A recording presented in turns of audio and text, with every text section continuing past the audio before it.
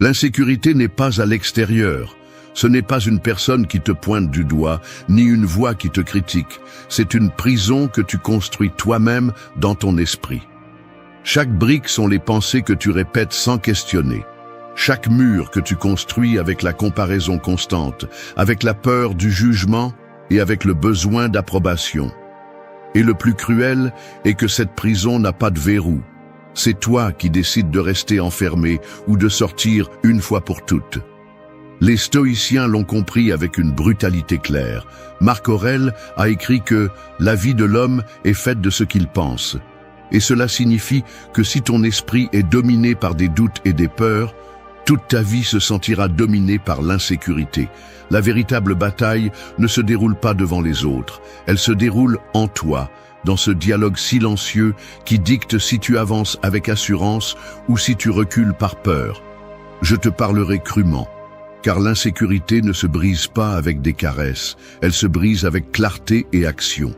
Je te montrerai comment entraîner ton esprit, comment utiliser la dichotomie du contrôle, comment transformer la peur en ton maître et comment construire des habitudes qui renforcent ton identité jusqu'à ce que ta sécurité cesse d'être un désir et devienne un fait. Si tu décides d'écouter jusqu'à la fin, tu comprendras que l'insécurité n'est pas une destination, c'est une illusion. Et chaque jour, avec tes pensées et tes actes, tu décides si tu restes prisonnier d'elle ou si tu te libères pour marcher avec assurance vers ta véritable force intérieure. 1. Reconnais que l'insécurité est une création de ton esprit. L'insécurité est comme une épaisse fumée qui envahit une pièce. Elle n'a pas de forme solide, tu ne peux pas la saisir avec tes mains, mais elle t'étouffe, brouille ta vue et te fait trébucher sur tes propres pas.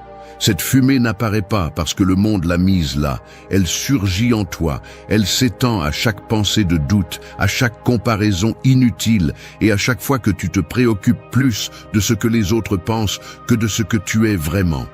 Et l'ironie est que la porte de cette pièce a toujours été ouverte, mais comme tu es habitué à respirer la fumée, tu finis par croire que tu ne peux pas sortir. La première étape pour surmonter l'insécurité est d'accepter qu'elle n'est pas un monstre extérieur, ni un ennemi avec un visage défini. C'est une création de ton esprit. Marc Aurèle disait que la vie est faite de ce que tu penses. Et si tes pensées sont faibles, ta vie se sentira faible. Mais si tu entraînes ton esprit à voir clairement, alors rien d'extérieur ne pourra te renverser. L'insécurité ne vient pas des paroles des autres, elle vient de la façon dont tu choisis de les interpréter et de les répéter en toi. Sénèque l'expliquait durement, nous souffrons plus dans l'imagination que dans la réalité. Et c'est vrai, la plupart de tes peurs ne se réalisent pas, la plupart des jugements que tu crains n'existent même pas. Mais ton esprit les transforme en un film que tu répètes jusqu'à croire qu'il est réel. C'est la prison invisible de l'insécurité. Une prison où la clé est dans ta poche, mais tu n'oses pas l'utiliser. Pour reconnaître que l'insécurité naît dans ton esprit, tu dois observer ton dialogue interne avec courage. Combien de fois par jour te dis-tu que tu n'es pas assez, que tu ne peux pas, que tu n'es pas à la hauteur? Chaque phrase de ce type est une brique de plus dans le mur de ta propre prison. Et le problème est que tant que tu n'identifies pas que ces pensées ne sont pas la vérité, mais de simples interprétations, tu continueras à alimenter la fumée qui t'empêche de respirer. Épictète affirmait que ce qui compte n'est pas ce qui t'arrive, mais comment tu l'interprètes. Voici la racine de tout. 2 personnes peuvent recevoir la même critique, l'une s'effondre et l'autre grandit. La différence n'est pas dans la critique, mais dans l'esprit qui la reçoit. L'insécurité n'est pas le coup du monde, c'est la façon dont tu décides de le recevoir et de le répéter jusqu'à te convaincre que tu es faible. Si tu veux commencer à démolir cette construction mentale, pratique l'observation consciente. Chaque fois qu'une pensée d'insécurité apparaît, ne la rejette pas et ne la nourris pas. Regarde-la simplement et reconnais qu'elle est une création de toi. Dis-toi, ce n'est pas un fait, c'est une pensée. Et je peux choisir de la soutenir ou de la laisser aller. Des auteurs modernes comme Ryan Holiday insistent sur le fait que l'obstacle est le chemin. L'insécurité, loin d'être un ennemi, peut devenir le terrain d'entraînement parfait pour forger ton caractère. James Clear rappelle que les habitudes façonnent ton identité. Et voici la clé. Chaque fois que tu agis avec assurance, alors que ton esprit doute, tu crées une nouvelle habitude. Tu renforces l'idée que tu peux te faire confiance. L'insécurité ne disparaît pas avec un tour de passe-passe. Elle s'affaiblit avec des actions quotidiennes qui réaffirment ta valeur. 2. Pratique chaque jour la dichotomie du contrôle. Pense à un navigateur en pleine mer. Il peut ajuster les voiles, diriger le gouvernail, lire les courants et se préparer à la tempête. Mais il ne pourra jamais contrôler ni le vent, ni la force des vagues. S'il s'obsède à vouloir changer ce qui n'est pas entre ses mains, il s'épuise, se frustre et finit par sombrer dans son propre désespoir. En revanche, s'il concentre toute son énergie sur ce qu'il peut réellement gérer, il avance avec assurance même dans des eaux tumultueuses. Ainsi va la vie et ainsi fonctionne l'insécurité. Une partie dépend de toi, l'autre jamais. La différence réside dans la capacité à les distinguer. La dichotomie du contrôle est l'un des enseignements les plus puissants du stoïcisme et en même temps l'un des plus ignorés.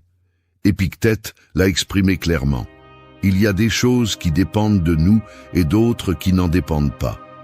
Notre esprit s'affaiblit lorsqu'il cherche à saisir l'incontrôlable, lorsqu'il se fatigue à vouloir que les autres pensent d'une certaine manière, que les circonstances soient toujours favorables ou que l'avenir s'aligne sur nos plans. Cette obsession pour l'extérieur nourrit l'insécurité, car il y aura toujours quelque chose que tu ne pourras pas maîtriser. L'insécurité s'accroît quand tu fondes ta valeur sur ce que tu ne contrôles pas. Tu te demandes si tu plairas, si l'on t'acceptera, si l'on ne critiquera pas ce que tu fais. Mais la vérité, c'est que tu ne pourras jamais contrôler le jugement des autres, pas même de ceux que tu aimes le plus. La seule chose que tu peux contrôler, c'est ton effort, ton intention, ta discipline et la manière dont tu réagis à ce qui survient. Marc Aurèle écrivait que l'esprit peut s'adapter à toutes circonstances, à condition de se souvenir que rien d'extérieur n'a de pouvoir sur son fort intérieur. Sénèque avertissait que celui qui craint l'avenir se tourmente 2 fois, une dans l'imagination et une autre dans la réalité. Et cela arrive parce qu'au lieu d'agir sur le présent, tu gaspilles ton énergie dans des scénarios qui échappent à ton contrôle. Reconnaître la dichotomie du contrôle, c'est comme ouvrir les yeux dans l'obscurité. Tu comprends que la peur était plus grande dans ton esprit que dans la réalité. Pour que cette idée devienne une partie de toi, tu dois en faire une habitude. James Clear rappelle qu'une habitude ne naît pas d'un coup, elle se construit par la répétition.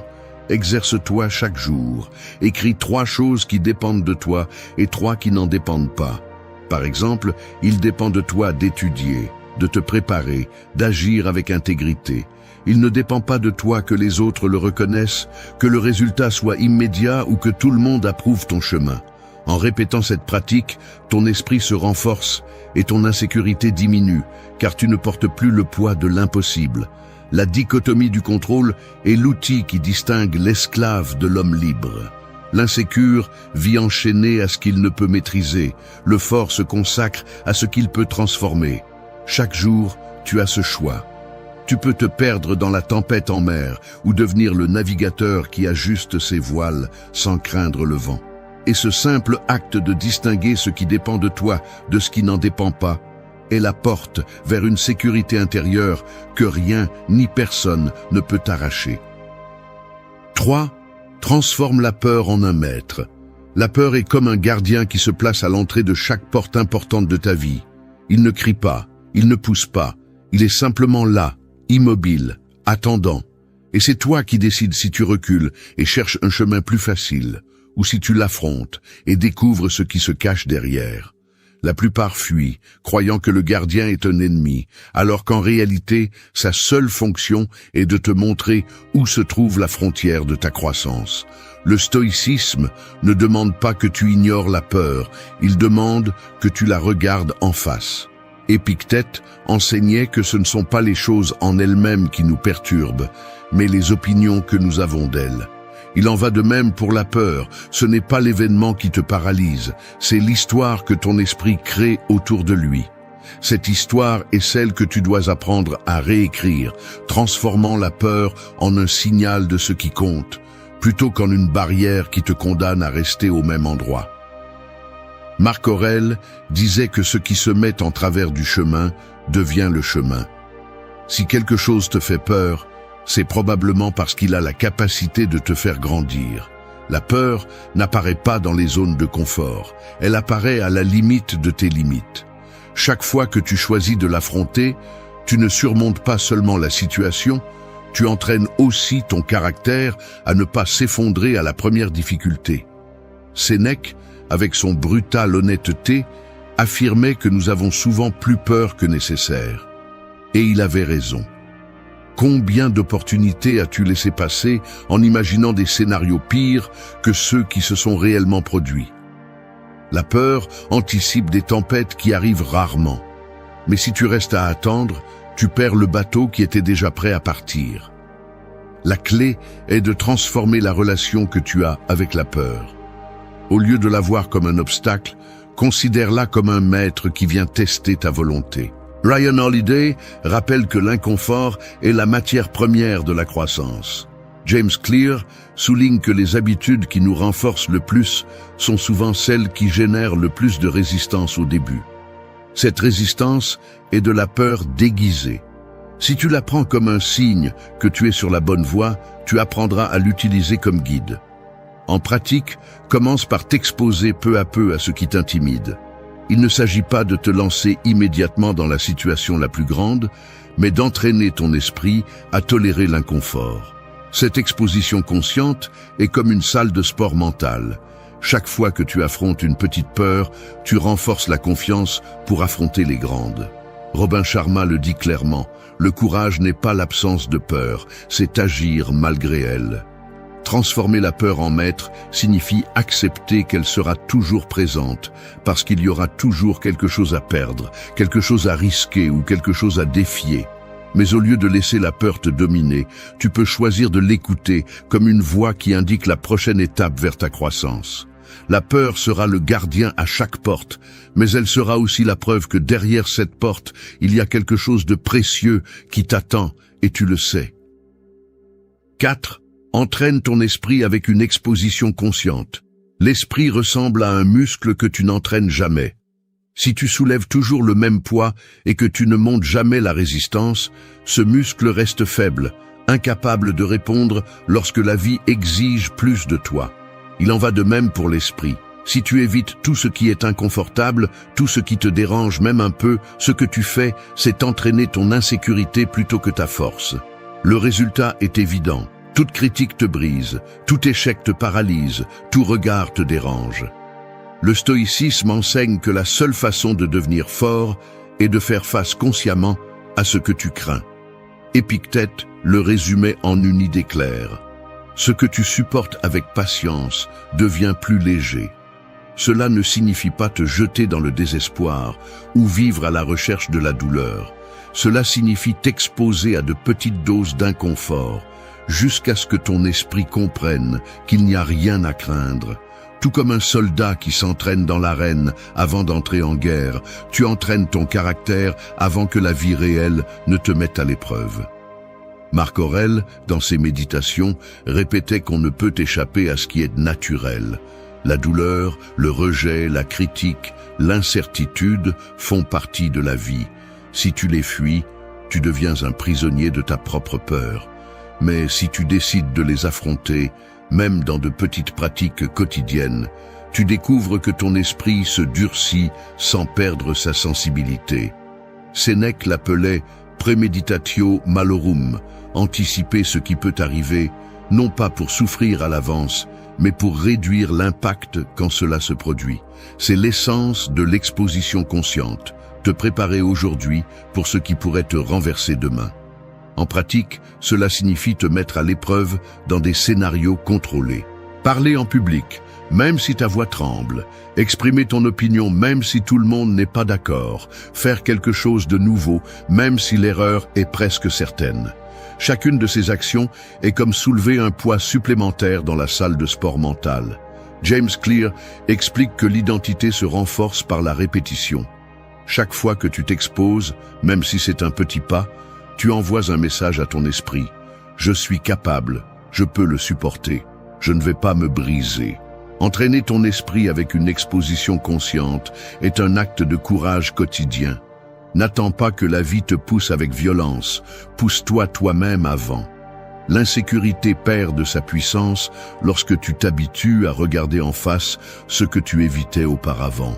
Chaque petite exposition devient un vaccin contre la peur. Et plus tu le pratiques, plus la certitude qu'aucune situation extérieure n'est capable de renverser quelqu'un qui a entraîné son esprit à résister sera forte. 5. Construis des habitudes qui renforcent ton identité. Ton identité est comme un mur, et chaque habitude que tu répètes est une brique que tu places dessus. Si chaque jour tu répètes des habitudes faibles, tu construis un mur fragile qui s'effondre au premier coup de vent. Mais si chaque jour tu places des briques fermes, solides et bien assises, ce mur devient un refuge sûr contre les tempêtes de l'insécurité. La différence ne réside pas dans les grands gestes ni dans les discours motivants, elle réside dans ce que tu fais tous les jours sans que personne ne te regarde. Le stoïcisme enseigne que ce n'est pas ce que tu dis que tu es, mais ce que tu démontres par tes actes. Épictète affirmait que le progrès se mesure en actes, pas en paroles. Chaque habitude est une preuve silencieuse de qui tu es et de qui tu es en train de devenir. Lorsque ta journée est remplie d'actions alignées avec tes valeurs, l'insécurité perd de sa force, car tu n'as pas besoin d'approbation externe pour savoir que tu construis un caractère solide. Marc Aurèle, au milieu de ses responsabilités en tant qu'empereur, trouvait dans la répétition de pratiques quotidiennes la clarté pour rester fort. Son journaling, sa réflexion constante, sa discipline au milieu du chaos étaient des habitudes qui renforçaient son identité en tant que leader serein et inébranlable. Sénèque avertissait aussi que nous ne pouvons pas attendre des résultats différents si nous ne changeons pas nos habitudes. La sécurité ne naît pas d'une pensée isolée, elle naît d'une discipline répétée jusqu'à ce qu'elle devienne nature. En pratique, cela signifie choisir consciemment quelles habitudes tu veux qui définissent ta vie. James Clear explique que chaque action que tu répètes est un vote pour la personne que tu es en train de devenir. Si chaque jour tu te lèves et pratiques le silence au lieu de réagir avec colère, tu votes pour le calme. Si chaque jour tu entraînes ton corps, tu votes pour la force. Si chaque jour tu écris tes pensées, tu votes pour la clarté. La somme de ces votes crée une identité qui ne s'effondre pas face au jugement d'autrui. Ryan Holiday rappelle que la discipline quotidienne est ce qui construit le caractère. Robin Sharma insiste sur le fait que ton matin définit ta journée et ta journée définit ta vie. Si tu comprends cela, tu verras qu'il ne s'agit pas de grands sacrifices, mais d'habitudes simples, répétées avec cohérence, qui renforcent la sécurité de l'intérieur. Construire des habitudes qui renforcent ton identité, c'est déclarer que ta valeur ne dépend pas des circonstances extérieures, mais de ce que tu choisis de faire chaque jour. L'insécurité naît de l'incohérence, quand tu dis être quelque chose et que tu agis d'une autre manière. La sécurité naît de la congruence, lorsque tes actes confirment tes paroles. Et chaque habitude que tu choisis est une brique de plus dans ce mur qui protège ta confiance. Si tu veux vaincre l'insécurité, ne cherche pas de miracle, construis des habitudes, et que ces habitudes te rappellent, par des faits, que tu es plus fort que ce que ton esprit a jamais cru. 6. Utilise le journaling stoïcien comme outil de clarté. L'esprit ressemble à une pièce sombre. Là-bas, les pensées s'accumulent comme des meubles désordonnés, et chaque fois que tu essaies de marcher, tu trébuches, tu tombes et tu te fais mal. Le journaling est comme allumer la lumière. Il ne change pas ce qui est dans la pièce, mais il te permet de le voir clairement, de déplacer ce qui gêne et de mettre de l'ordre dans le chaos. Quand tu écris ce que tu penses, l'insécurité perd de son pouvoir, car ce qui semblait être un énorme monstre dans ta tête se transforme en mots que tu peux observer, analyser et transformer. Marc Aurèle a laissé un héritage que nous connaissons aujourd'hui sous le nom de méditation. Mais à son époque, il ne s'agissait que de notes personnelles, de réflexions privées pour organiser son esprit et se rappeler ses principes. Ces pages étaient sa façon de s'entraîner à la clarté et de ne pas se laisser emporter par le bruit de son époque. C'est le pouvoir du journaling, transformer tes pensées en un miroir qui te renvoie la vérité sans fioriture. Épictète enseignait que ce qui est important n'est pas ce qui se passe, mais l'interprétation que nous en faisons. En écrivant, tu démasques ces interprétations et tu découvres que beaucoup de tes insécurités ne sont pas des réalités, mais des distorsions que tu nourris toi-même. Sénèque, avec son idée de réviser chaque jour comme s'il s'agissait d'un jugement, pratiquait quelque chose de similaire. Examiner ses actes et ses pensées pour les corriger à temps, avant qu'ils ne deviennent des chaînes invisibles. En pratique, le journaling stoïcien ne nécessite pas de rituel compliqué. Il suffit de prendre un cahier et de répondre chaque jour à des questions simples mais profondes. Qu'est-ce qui m'a inquiété aujourd'hui et pourquoi? Qu'est-ce qui était sous mon contrôle et qu'est-ce qui ne l'était pas? Qu'ai-je appris de mes erreurs? Qu'est-ce que je peux améliorer demain?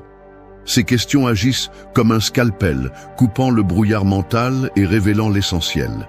Ryan Holiday suggère d'écrire comme un moyen de vider l'esprit et de le garder affûté. James Clear rappelle que ce qui est mesuré et observé s'améliore. Le journaling combine ces deux idées. Tu n'observes pas seulement tes pensées, tu enregistres aussi tes progrès, ce qui te permet de voir comment l'insécurité diminue lorsque tu la confrontes avec des mots. Robin Sharma ajoute que l'écriture est une conversation avec ton moi le plus profond, et dans cette conversation, tu trouves une clarté qui apparaît rarement au milieu du bruit. Le journaling stoïcien est en essence un acte de courage. Parce que s'asseoir pour écrire signifie affronter ta vérité sans masque, sans filtre et sans excuse. C'est reconnaître tes peurs, tes échecs et tes doutes, mais aussi tes réussites, ta discipline et ta capacité à grandir. Si tu fais de cette habitude une partie de ta vie, tu découvriras que l'insécurité cesse d'être une ombre qui te poursuit et devient un matériau que tu peux modeler. Tu n'as pas besoin d'attendre de te sentir en sécurité pour écrire. Commence par ton insécurité.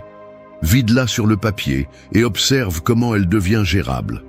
Ce cahier deviendra un allié silencieux, un témoin de ta transformation et une preuve que la clarté ne vient pas de l'extérieur, mais du travail constant de regarder à l'intérieur avec une brutalité honnête. 7. Choisis de vivre dans le présent. L'insécurité est comme une ombre qui semble toujours plus grande lorsque tu regardes trop loin.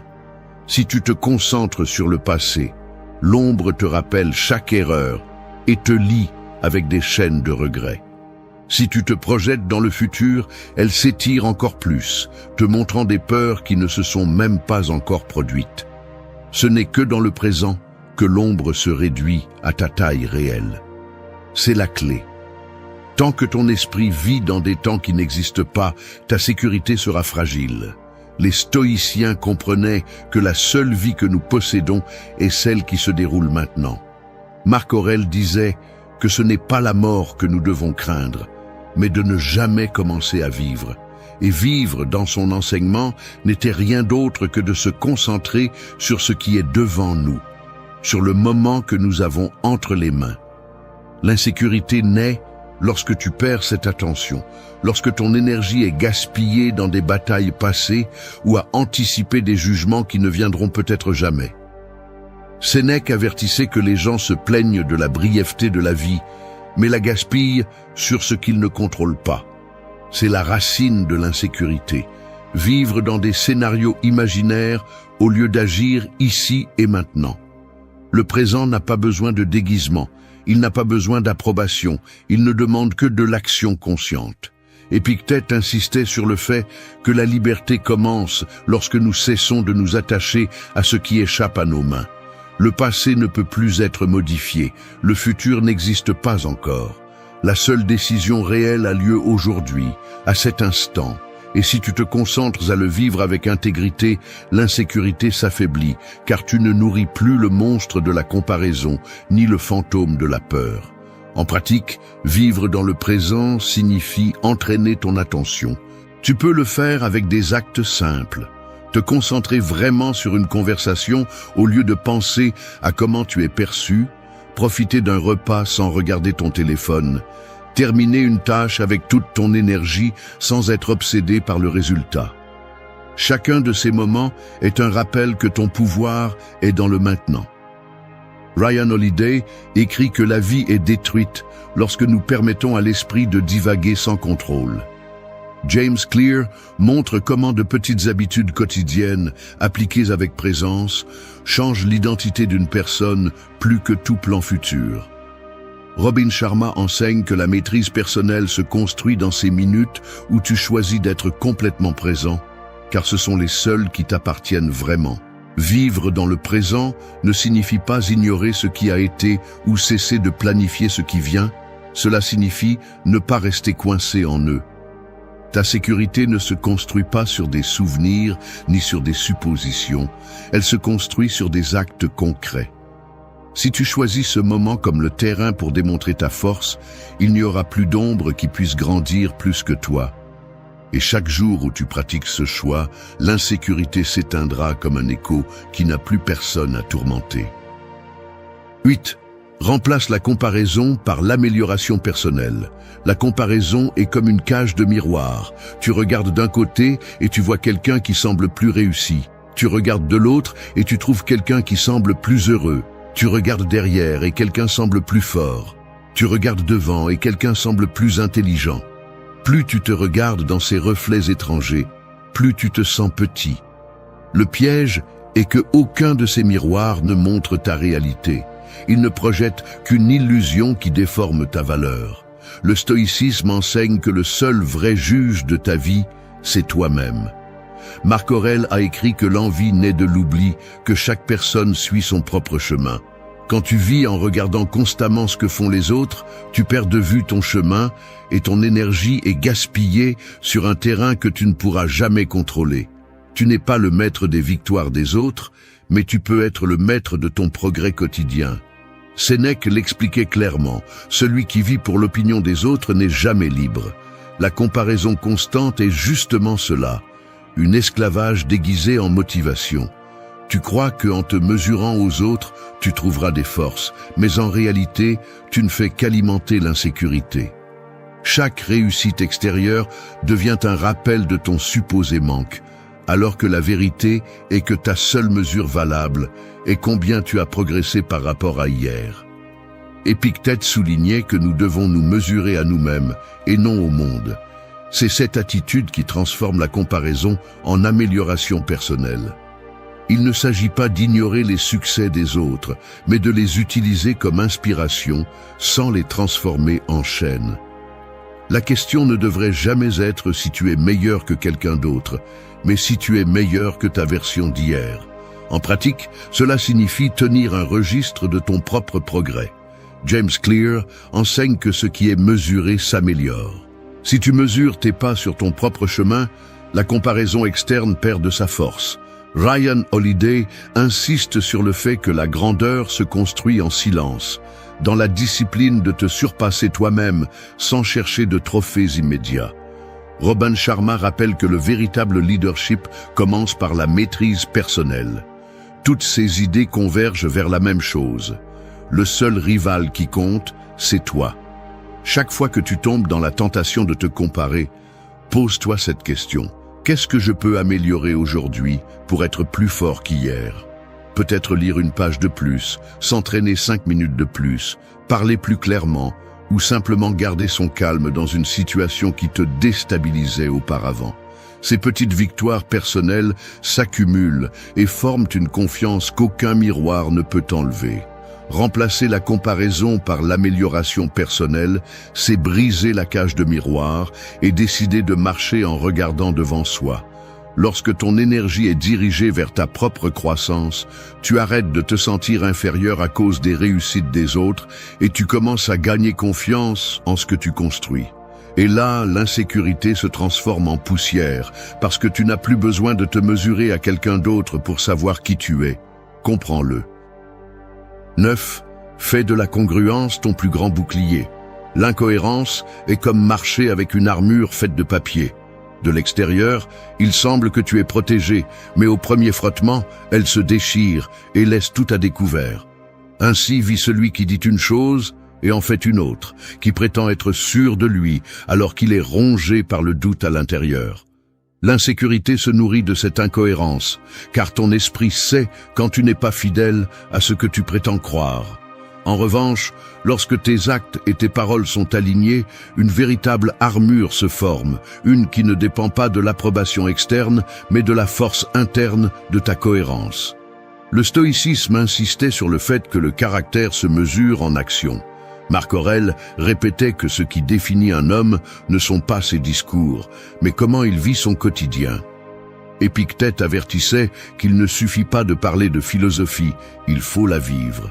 Et Sénèque, avec son ton direct, assurait que personne ne peut se dire sage si sa vie contredit ce qu'il prêche.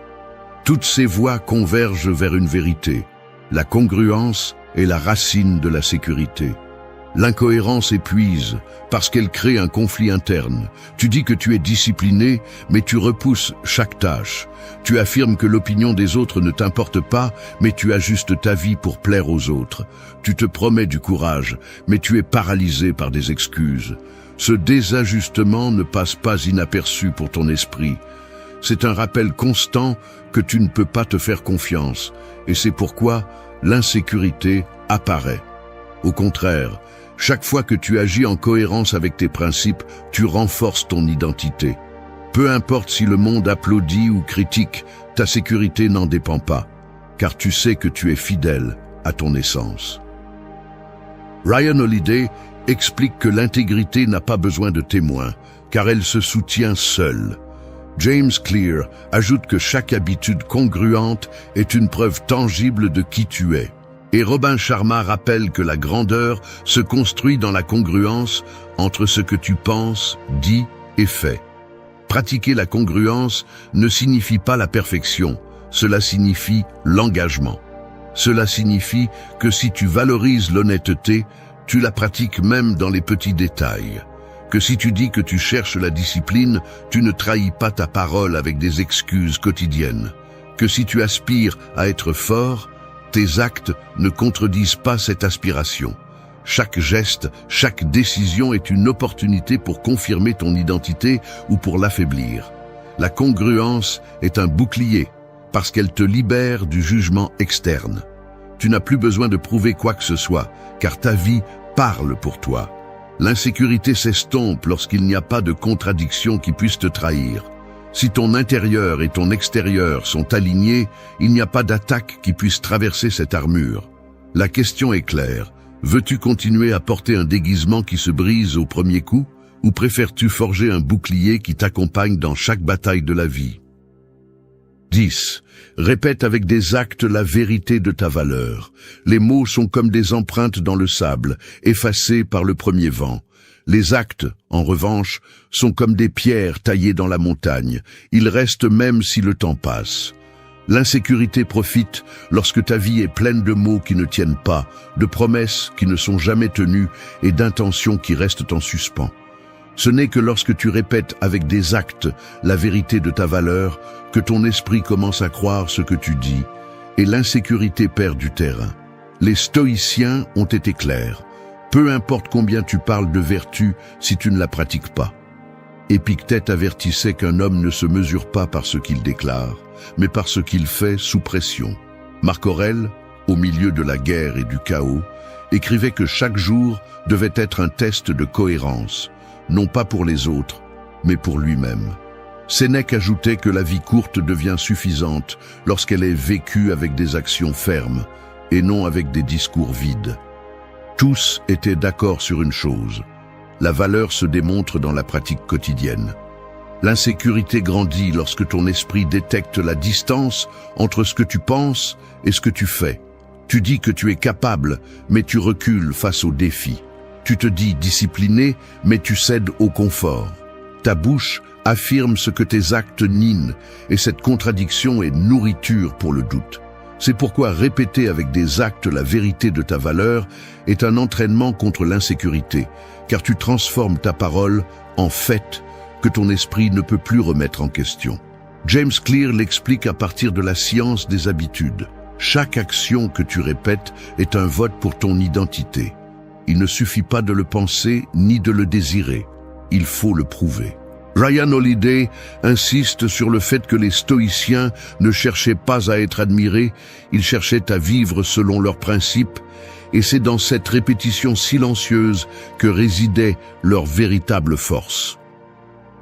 Robin Sharma rappelle que tu ne construis pas la confiance avec des discours, tu la construis avec des preuves quotidiennes d'engagement et de courage. Pratiquer cette leçon signifie commencer par le concret.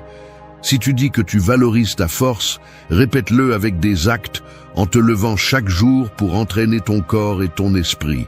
Si tu affirmes que tu es maître de ta vie, répète-le en prenant des décisions qui te rapprochent de tes objectifs et en ne repoussant pas l'essentiel.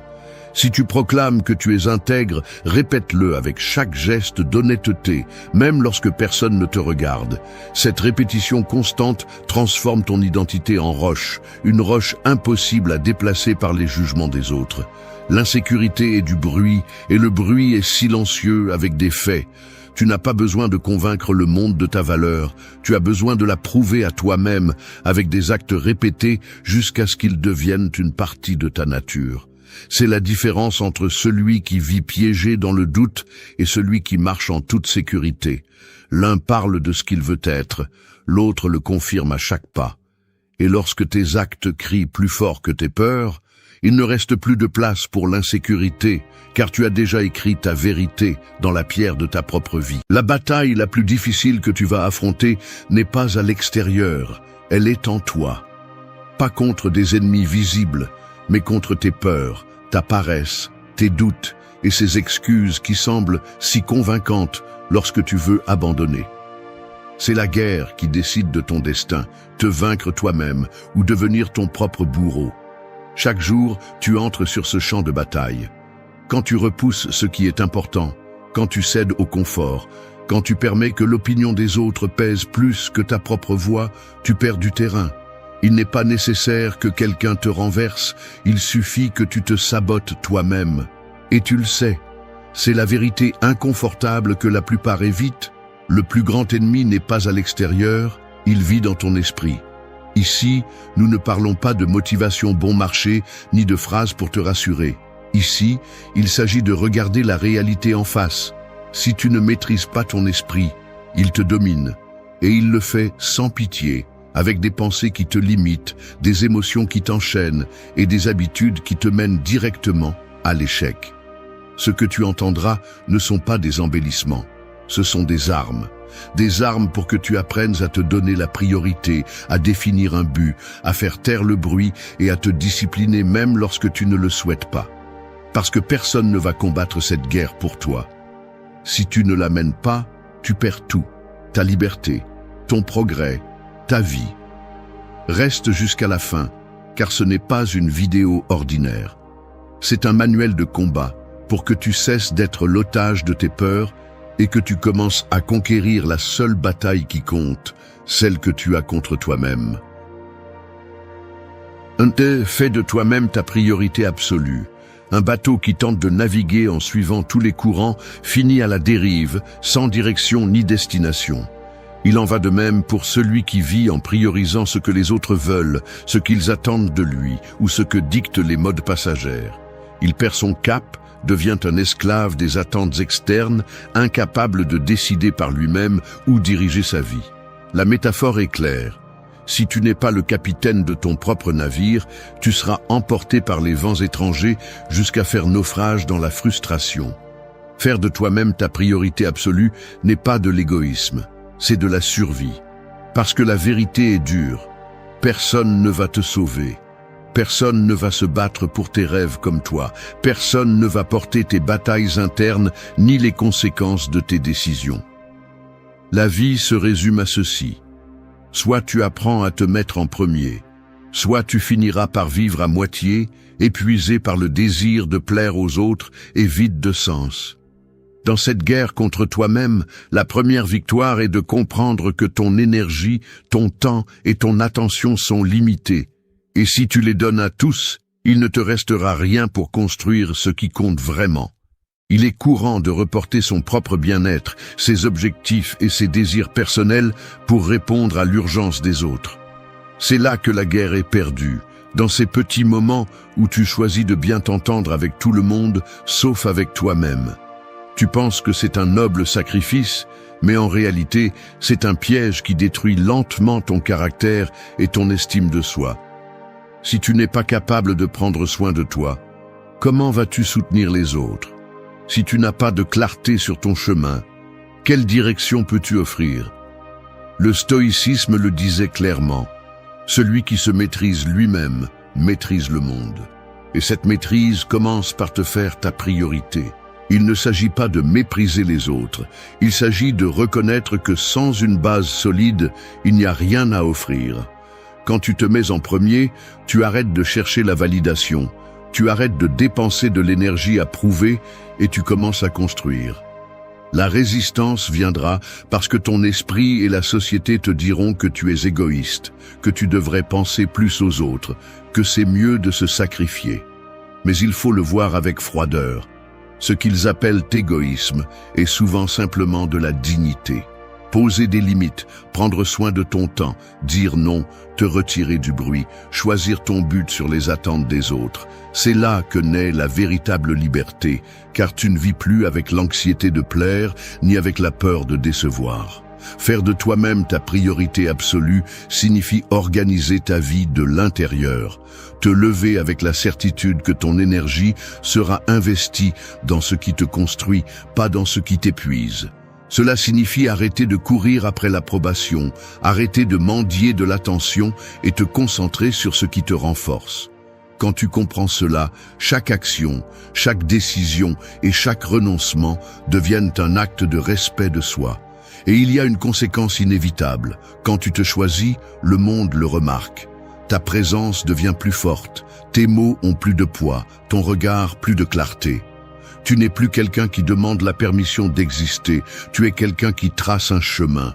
Et même si cela dérange beaucoup de gens, cela attire ceux qui valorisent l'authenticité. C'est la première leçon dans la bataille contre toi-même. Ce n'est pas doux ni complaisant, c'est dur et agressif, parce que cela exige de rompre avec les vieilles habitudes et les excuses. Fais de toi ta priorité absolue, et tu verras comment tout le reste commence à prendre la place qui lui revient vraiment. Parce que si tu ne te choisis pas en premier, personne d'autre ne le fera. 2. Définis un but clair et engage-toi envers lui. La vie sans but est comme un train qui avance sans rail. Il avance avec bruit et vitesse, mais n'arrive jamais à destination. Tu peux t'efforcer, tu peux dépenser de l'énergie, tu peux même simuler le mouvement. Mais tout reste en rond sans sens. C'est la réalité de ceux qui vivent sans une direction définie. Ils se fatiguent, se frustrent, se comparent aux autres et sentent que la vie leur pèse, alors qu'en réalité, ce qui leur manque n'est pas la force, mais la direction. Définir un but est comme marquer sur la carte l'endroit vers lequel tu marches. C'est avoir un phare qui brille même au milieu de l'obscurité. Il ne s'agit pas de belles phrases ni de rêves lointains. Il s'agit de clarté brutale, savoir ce que tu veux, pourquoi tu le veux et ce que tu es prêt à sacrifier pour l'atteindre. Et voici l'important, car il ne suffit pas de le définir dans l'esprit, tu dois t'engager envers lui comme si c'était une promesse sacrée. Un but sans engagement est de la fumée, et un engagement sans but est de l'usure sans sens. Le monde est plein de personnes qui vivent en accomplissant les plans des autres parce qu'elles n'ont jamais osé écrire le leur. Et quand tu ne décides pas ce que tu veux, quelqu'un d'autre décide pour toi. Les modes, les attentes familiales, la pression sociale ou la simple peur de l'échec finissent par dessiner un destin qui ne t'appartient pas. Puis vient la question qui fait mal.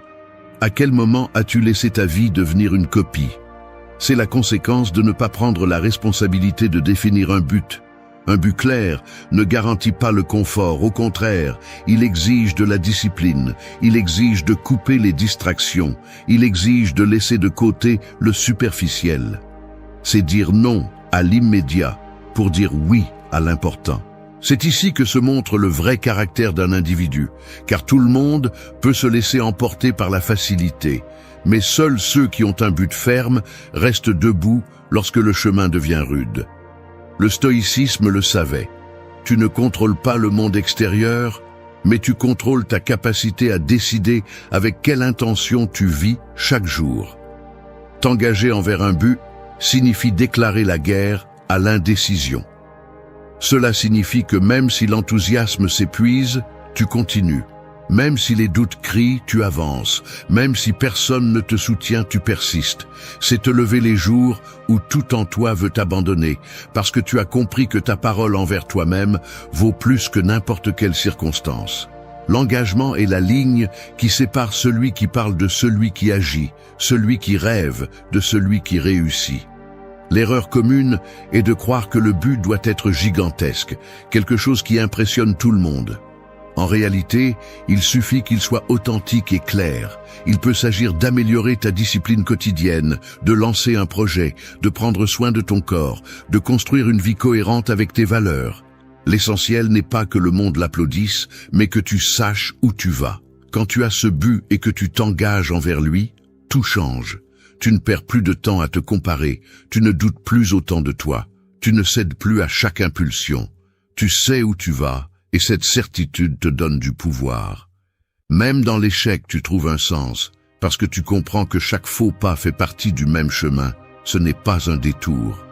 Celui qui vit avec un but marche avec une autre force, et cette force se remarque. Il peut chanceler, il peut tomber, mais il se relève toujours dans la même direction.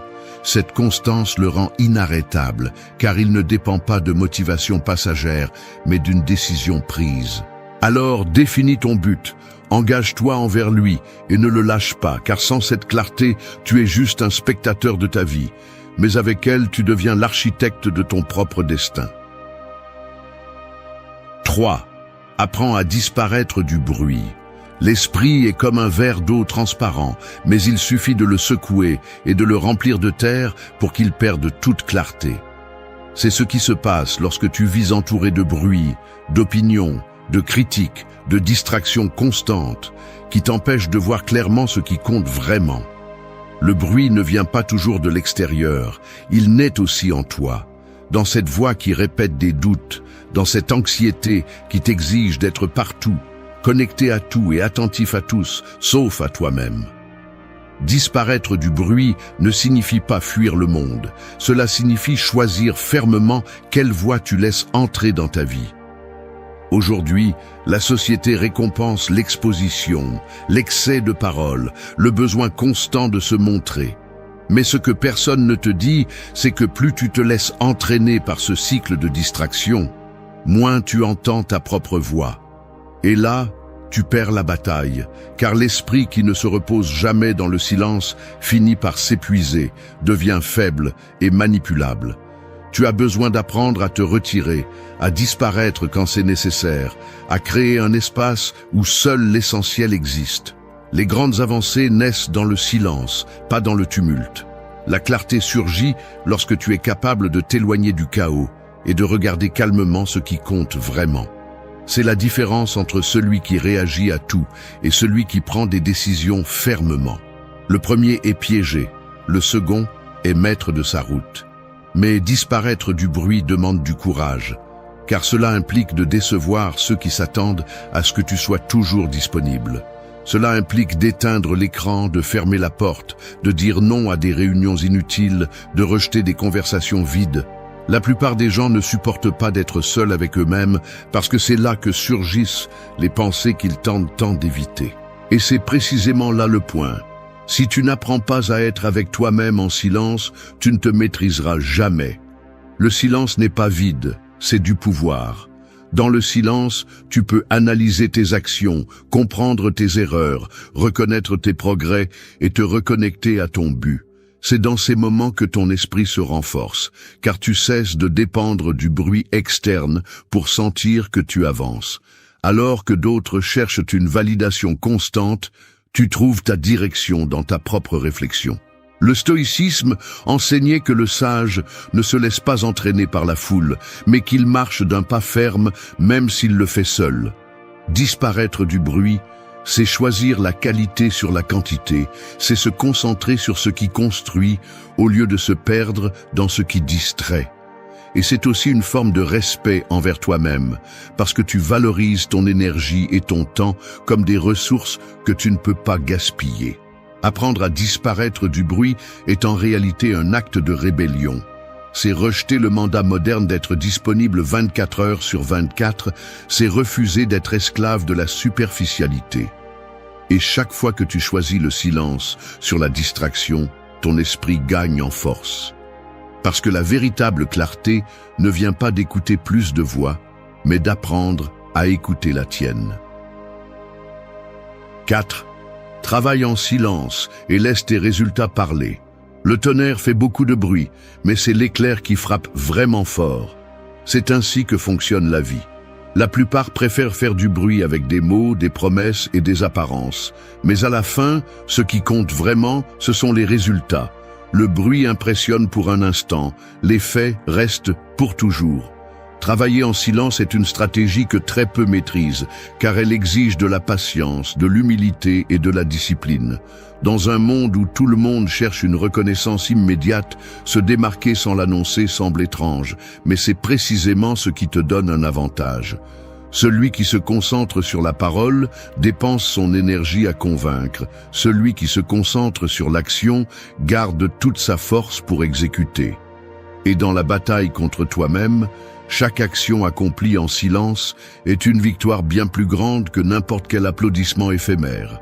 Quand tu apprends à travailler en silence, tu te libères de la pression de prouver. Tu n'as pas besoin d'exhiber chaque pas, ni de justifier chaque mouvement.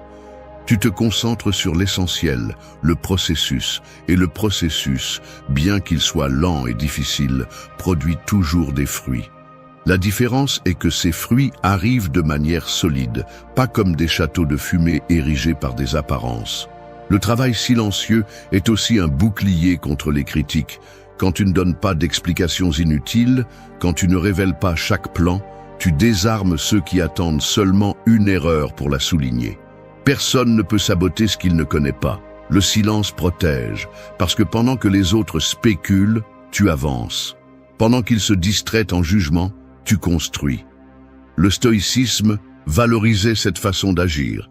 Moins de mots, plus d'action. Marc Aurèle l'exprimait en se rappelant à lui-même qu'il devait vivre comme s'il était déjà prêt pour chaque épreuve, ne perdant pas de temps en discussions vaines, mais en actions qui feraient la différence. Cette leçon est claire.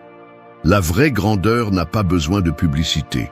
Mais travailler en silence ne signifie pas se cacher par peur. Cela signifie avancer avec calme et fermeté sans avoir besoin d'approbation externe. Cela signifie que ta motivation ne dépend pas des éloges, mais de ton engagement envers toi-même. Et ce type d'engagement est celui qui te renforce, parce que même quand personne ne te regarde, tu continues à accomplir. À la fin, les résultats parlent avec une voix impossible à ignorer. Peu importe combien les autres parlent, combien de critiques apparaissent, combien de bruit ils essaient de faire, les faits sont indiscutables. Et celui qui travaille en silence sait que le moment de montrer arrive seulement quand l'œuvre est terminée. Fais de ta vie un éclair et non un tonnerre. Frappe avec des résultats, pas avec des mots. Parce que dans ce monde bruyant, la victoire la plus percutante est celle qui est obtenue sans annonce, mais avec des preuves que personne ne peut contester. 5. Brise les chaînes de tes croyances limitantes. Un éléphant adulte, capable d'arracher un arbre de ses racines, reste attaché à une simple corde parce qu'on lui a appris depuis son plus jeune âge à croire qu'il ne pouvait pas s'échapper. C'est la force d'une croyance limitante. Peu importe ta capacité réelle, si ton esprit est enchaîné, tu ne feras jamais un pas en avant. Et c'est ainsi que vivent des millions de personnes, fortes en potentiel mais faibles en action, prisonnières de pensées héritées, de phrases qu'elles ont entendues dans leur enfance ou de défaites passées qu'elles ont transformées en sentences. Les croyances limitantes ne sont pas des vérités, ce sont des cages mentales. Tu n'es pas assez, tu ne peux pas le faire, ce n'est pas pour toi. Ce sont des mots qui se plantent au plus profond de toi et conditionnent ta vie comme s'ils étaient des lois universelles. Mais voici la réalité. Ces chaînes n'existent que dans ton esprit. Le jour où tu décides de les briser, tu découvres que la porte a toujours été ouverte. Le problème n'est pas que le monde t'arrête, c'est que tu acceptes de vivre enchaîné. Briser ces chaînes demande du courage, car cela signifie remettre en question ce que tu as cru pendant des années. Cela signifie regarder autour de toi et reconnaître qu'une grande partie de ce que tu as accepté comme vérité était simplement la voix des autres, pas la tienne. Cela signifie te rendre compte que bien souvent tu n'as pas échoué parce que tu ne pouvais pas, mais parce que tu t'étais convaincu à l'avance que tu allais échouer. Le stoïcisme enseignait que la plus grande liberté est celle de la pensée. Si ton esprit est dominé par la peur et le doute, tu seras esclave, même si tu as tout le reste. Mais si tu réussis à libérer ta pensée, même si tu manques de ressources externes, tu es déjà invincible. La bataille contre toi-même se livre justement là, à ne pas permettre que les vieilles chaînes dictent l'avenir que tu peux encore construire. Il ne s'agit pas de répéter des phrases motivantes vides, mais de te confronter à l'évidence. Demande-toi, qui a dit que tu ne pouvais pas? Qui a décidé que tu n'étais pas assez? La plupart de ces réponses pointent vers des voies externes qui ne devraient même pas gouverner ta vie. Et quand tu le comprends, quelque chose change. Tu te rends compte que la vraie prison a toujours été l'obéissance aveugle à ces voix. Chaque fois que tu agis, malgré la croyance qui essaie de t'arrêter, une chaîne se brise. Chaque pas que tu fais vers ce que tu craignais devient la preuve que la limitation était dans ton esprit, pas dans la réalité. Et plus tu le pratiques, plus tu deviens fort, jusqu'à ce qu'un jour, ces voix perdent leur pouvoir sur toi. Briser tes croyances limitantes n'est pas un acte de rébellion contre le monde, c'est un acte de libération contre toi-même. C'est choisir d'être maître de ton esprit plutôt qu'esclave de vieilles idées. Parce qu'au final, la seule chose qui t'empêche vraiment d'avancer n'est pas ce qui est à l'extérieur, mais ce que tu décides de continuer à croire en toi. 6. Transforme chaque devrait en doit. Les promesses brisées ne sont pas toujours faites aux autres. La plupart sont brisées en silence avec soi-même. Je devrais commencer. Je devrais améliorer, je devrais changer. Ces phrases sonnent comme un engagement, mais en réalité, elles sont des chaînes d'autotromperie qui vous lient à l'inaction. Plus vous les répétez, plus vous entraînez votre esprit à se contenter de l'illusion d'avoir décidé, alors qu'en réalité, vous n'avez pas bougé d'un pas. Le devrait est confortable car il n'engage pas, c'est comme une excuse en costume élégant. Il vous calme pour un moment, vous fait sentir que vous essayez, mais à la fin de la journée, il ne change rien. Et chaque fois que vous l'utilisez, vous cédez du terrain dans la bataille contre vous-même. Parce que la vérité est dure. La vie ne se transforme pas avec des intentions, elle se transforme avec des actions. Dire « je dois » est différent, c'est une déclaration de guerre. Cela signifie que ce qui était auparavant facultatif est maintenant obligatoire. Que peu importe si vous avez envie ou si la journée se complique, vous allez le faire parce que c'est un ordre qui vient de vous. Le doigt élimine la négociation interne, coupe la conversation avec la paresse et entraîne votre caractère à s'obéir à lui-même. La différence entre les deux mots est la ligne qui sépare ceux qui continuent à rêver et ceux qui construisent. Les premiers collectionnent les excuses, les seconds accumulent les victoires silencieuses. Les premiers attendent que la motivation arrive, les seconds agissent même s'ils ne la ressentent pas. Et c'est cela qui marque vraiment le destin d'une personne, non pas ce qu'elle planifie, mais ce qu'elle exécute. Le stoïcisme l'enseignait clairement. Marc Aurèle se rappelait chaque matin qu'il devait se lever et remplir son rôle dans la vie, même si son corps demandait du repos. Ce « doit » ne dépendait pas des émotions, c'était un commandement intérieur. Car le devoir est la seule chose qui soutient l'être humain lorsque les circonstances extérieures deviennent adverses. Changez votre langage interne de « devrait » à « doit » est plus qu'une correction de mots. C'est une déclaration d'identité. C'est décider que vous ne vous permettrez pas d'excuses, que votre parole envers vous a le même poids qu'un serment.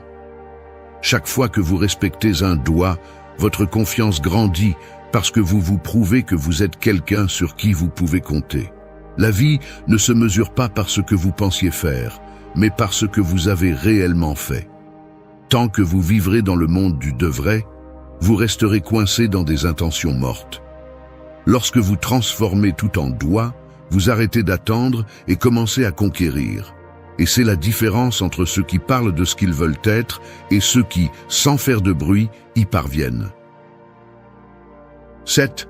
Filtre les critiques et continue ton chemin.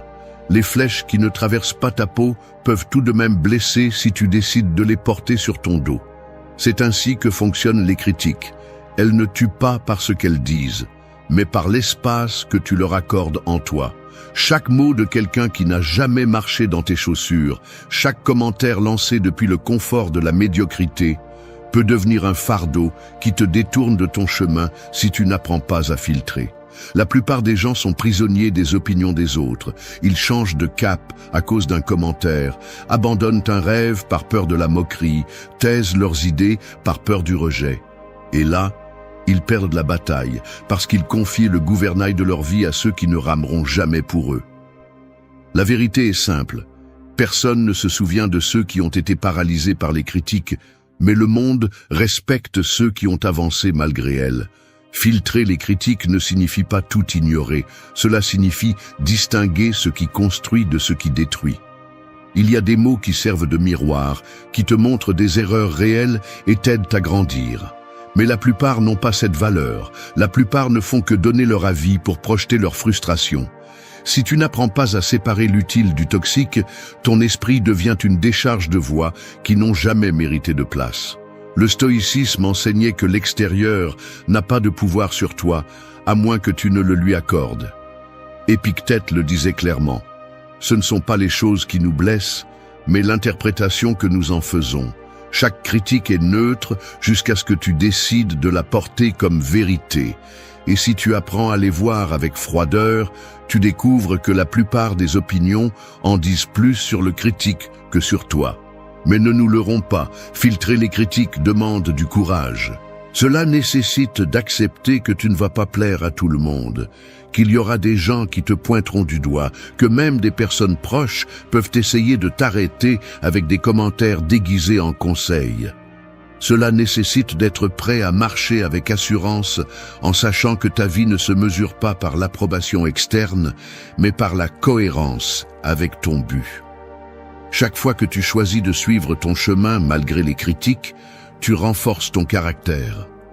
Tu te rends compte que tu n'as pas besoin que quelqu'un applaudisse ton processus, que l'important n'est pas de convaincre les autres, mais de rester fidèle à ce que tu as décidé de construire. Cette liberté intérieure est ce qui distingue ceux qui laissent une trace de ceux qui se perdent dans le bruit. La clé est de se rappeler que ton énergie est limitée. Si tu la dépenses à te défendre de chaque opinion, tu n'auras jamais la force d'avancer. Filtre intelligemment. Prends ce qui t'aide à t'améliorer et lâche ce qui cherche seulement à t'arrêter.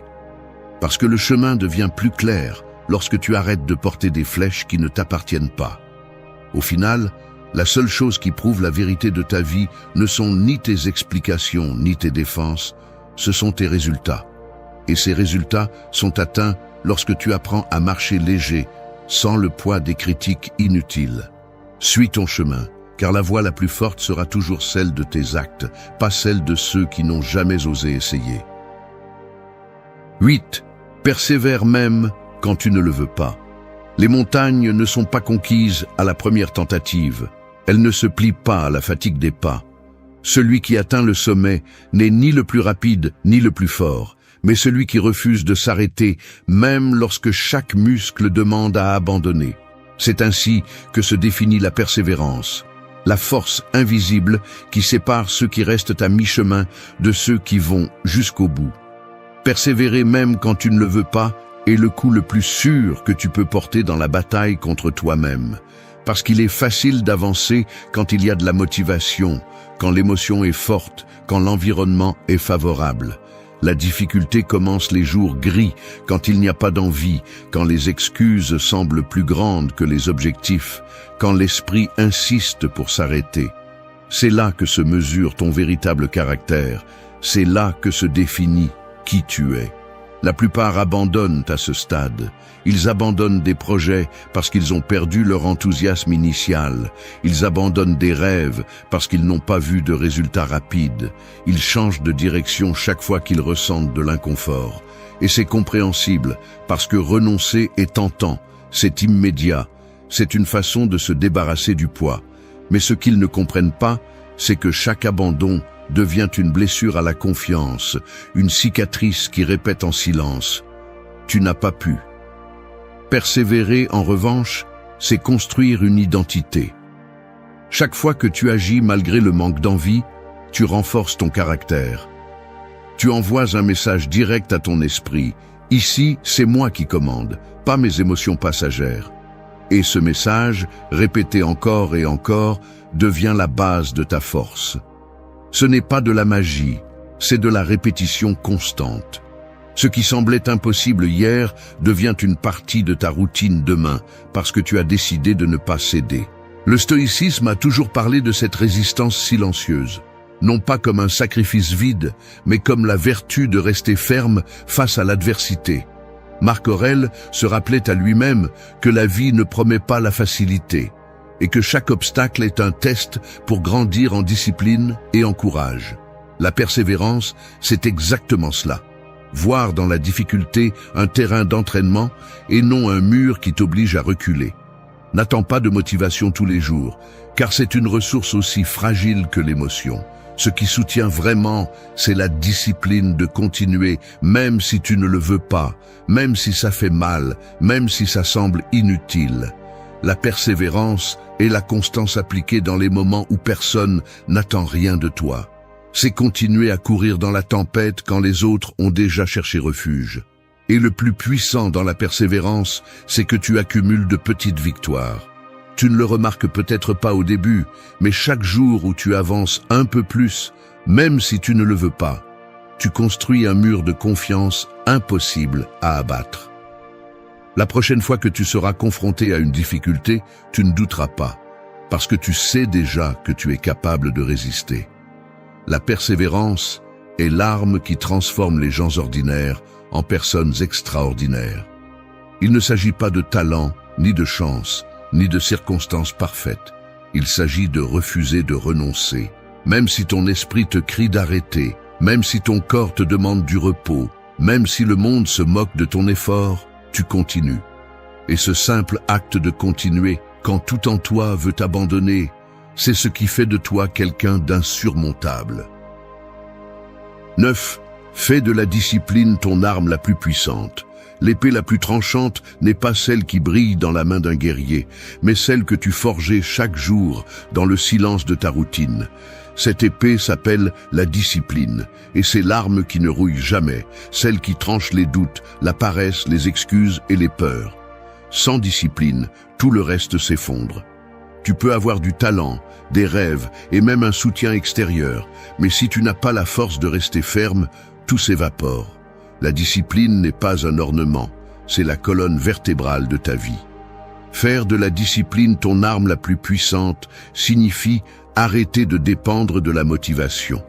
La motivation est un invité capricieux. Elle apparaît quand elle veut et disparaît quand tu en as le plus besoin. La discipline, en revanche, est la décision ferme de tenir bon, même quand tu n'en as pas envie, même quand la journée devient lourde, même quand personne ne te regarde.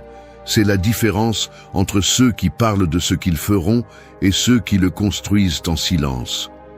La bataille interne la plus dure est contre la voix qui dit « Je le ferai demain, cette fois-ci ne compte pas, je ferai mieux d'attendre un peu plus ». Cette voix semble innocente, mais c'est le poison qui affaiblit ton caractère. Chaque fois que tu cèdes, la corde se relâche, ta confiance se brise et ton identité se fragmente. Parce qu'au fond, La discipline n'est pas seulement une habitude, c'est la preuve que ta parole envers toi-même a de la valeur. Quand tu ne respectes pas tes engagements, tu te prouves que tu ne peux pas te faire confiance. Quand tu les respectes, même si personne ne le remarque, tu deviens quelqu'un d'inébranlable. Le stoïcisme l'a bien compris. Il ne s'agissait pas de contrôler le monde, mais de se contrôler soi-même. L'homme discipliné est libre, parce qu'il ne dépend pas de ses impulsions, il ne dépend pas des circonstances, il ne dépend pas des excuses. Il peut être au milieu du chaos, et pourtant rester ferme, parce que son centre n'est pas dicté par l'environnement, mais par sa volonté. C'est cette grandeur qui fait de la discipline la meilleure arme. Elle te rend invulnérable à ce que tu ne contrôles pas. Être discipliné, ce n'est pas vivre de manière rigide, c'est vivre avec une direction. C'est se lever même si le corps demande à dormir. C'est s'entraîner même si tu ne vois pas de résultats immédiats. C'est étudier quand l'esprit cherche à se distraire. C'est économiser quand la tentation de dépenser est forte. Ce sont de petits actes quotidiens qui semblent insignifiants, mais qui, ajoutés les uns aux autres, construisent une vie solide. Et même si le monde admire les réalisations, la racine de toutes celles-ci se trouve dans ces moments cachés où tu as choisi de tenir bon plutôt que de céder. La discipline est aussi la meilleure réponse aux critiques et aux doutes, parce que tu peux faire taire les bouches sans discuter, simplement en montrant des résultats que personne ne peut nier. La discipline parle pour toi, avec des faits, avec constance, avec des victoires silencieuses qui pèsent plus que n'importe quel discours. Fais de la discipline ton arme la plus puissante et tu verras comment le bruit perd de sa force, comment la peur devient gérable et comment la vie commence à s'organiser. Non pas parce que c'est facile, mais parce que tu ne vis plus à la merci de ce que tu ressens, mais de ce que tu décides. La vraie liberté n'est pas de faire ce que tu veux, c'est d'avoir la force de faire ce que tu dois. Et cette force n'a qu'un nom, la discipline constante. Le véritable pouvoir ne réside pas dans la force de tes mains, ni dans l'apparence que tu projettes, mais dans les mots que tu choisis et comment tu les utilises. Une seule phrase peut ouvrir des portes que l'argent ou le statut ne pourraient jamais atteindre. Une expression dite avec authenticité peut abattre des défenses, générer de l'attraction, éveiller le respect ou marquer l'influence de manière silencieuse mais percutante. C'est ce que beaucoup ignorent, que le langage est une arme à double tranchant, capable de construire des empires émotionnels ou de te réduire à l'oubli en quelques secondes. Aujourd'hui, nous n'allons pas parler de théories vides ni de conseils superficiels. Nous allons entrer dans l'essentiel, dans ces expressions qui, utilisées au bon moment, changent complètement la dynamique de toute relation, qu'elle soit personnelle, professionnelle, sociale ou même dans le domaine de la séduction. Parce que tandis que la majorité gaspille sa voix en paroles creuses, toi, tu apprendras à maîtriser des phrases qui sont des clés, qui sont des déclencheurs, qui sont le pont vers la connexion réelle. Le stoïcisme le comprenait bien. Il ne s'agit pas de parler pour parler, mais d'utiliser la parole comme outil de vertu, avec clarté et but. Marc Aurèle nous rappelait que l'esprit donne forme à la vie. Je te dis que ton langage donne forme à tes relations. C'est pourquoi ce que tu découvriras ici n'est pas une simple liste de phrases, mais la façon de les utiliser comme des armes de persuasion et surtout comme un reflet de ton authenticité. Reste jusqu'à la fin, car je vais te montrer 8 expressions qui non seulement transforment la façon dont les autres te perçoivent, mais aussi la façon dont tu comprends ton propre pouvoir de communication. 1. Je te comprends. La clé de la connexion. Un mur ne s'effondre pas sous les coups de force, mais avec la fissure précise qui l'affaiblit de l'intérieur. C'est ainsi que fonctionne le cœur humain. Peu importe les défenses que quelqu'un peut ériger, peu importe les masques qu'il utilise pour cacher ce qu'il ressent, il y a une phrase qui pénètre comme de l'eau dans la roche et ouvre un espace de confiance qui semblait impossible. Cette phrase est simple mais puissante. Je te comprends. Ce n'est pas un ornement, ce n'est pas une courtoisie, c'est une déclaration qui touche la fibre la plus intime de toute personne, car nous aspirons tous à être compris. Quand tu dis Je te comprends avec authenticité. Tu n'affirmes pas que tu partages la même histoire, ni que tu as vécu les mêmes batailles, mais que tu reconnais l'émotion qui se cache derrière ce que l'autre exprime. C'est ce dont l'âme a besoin. Validation.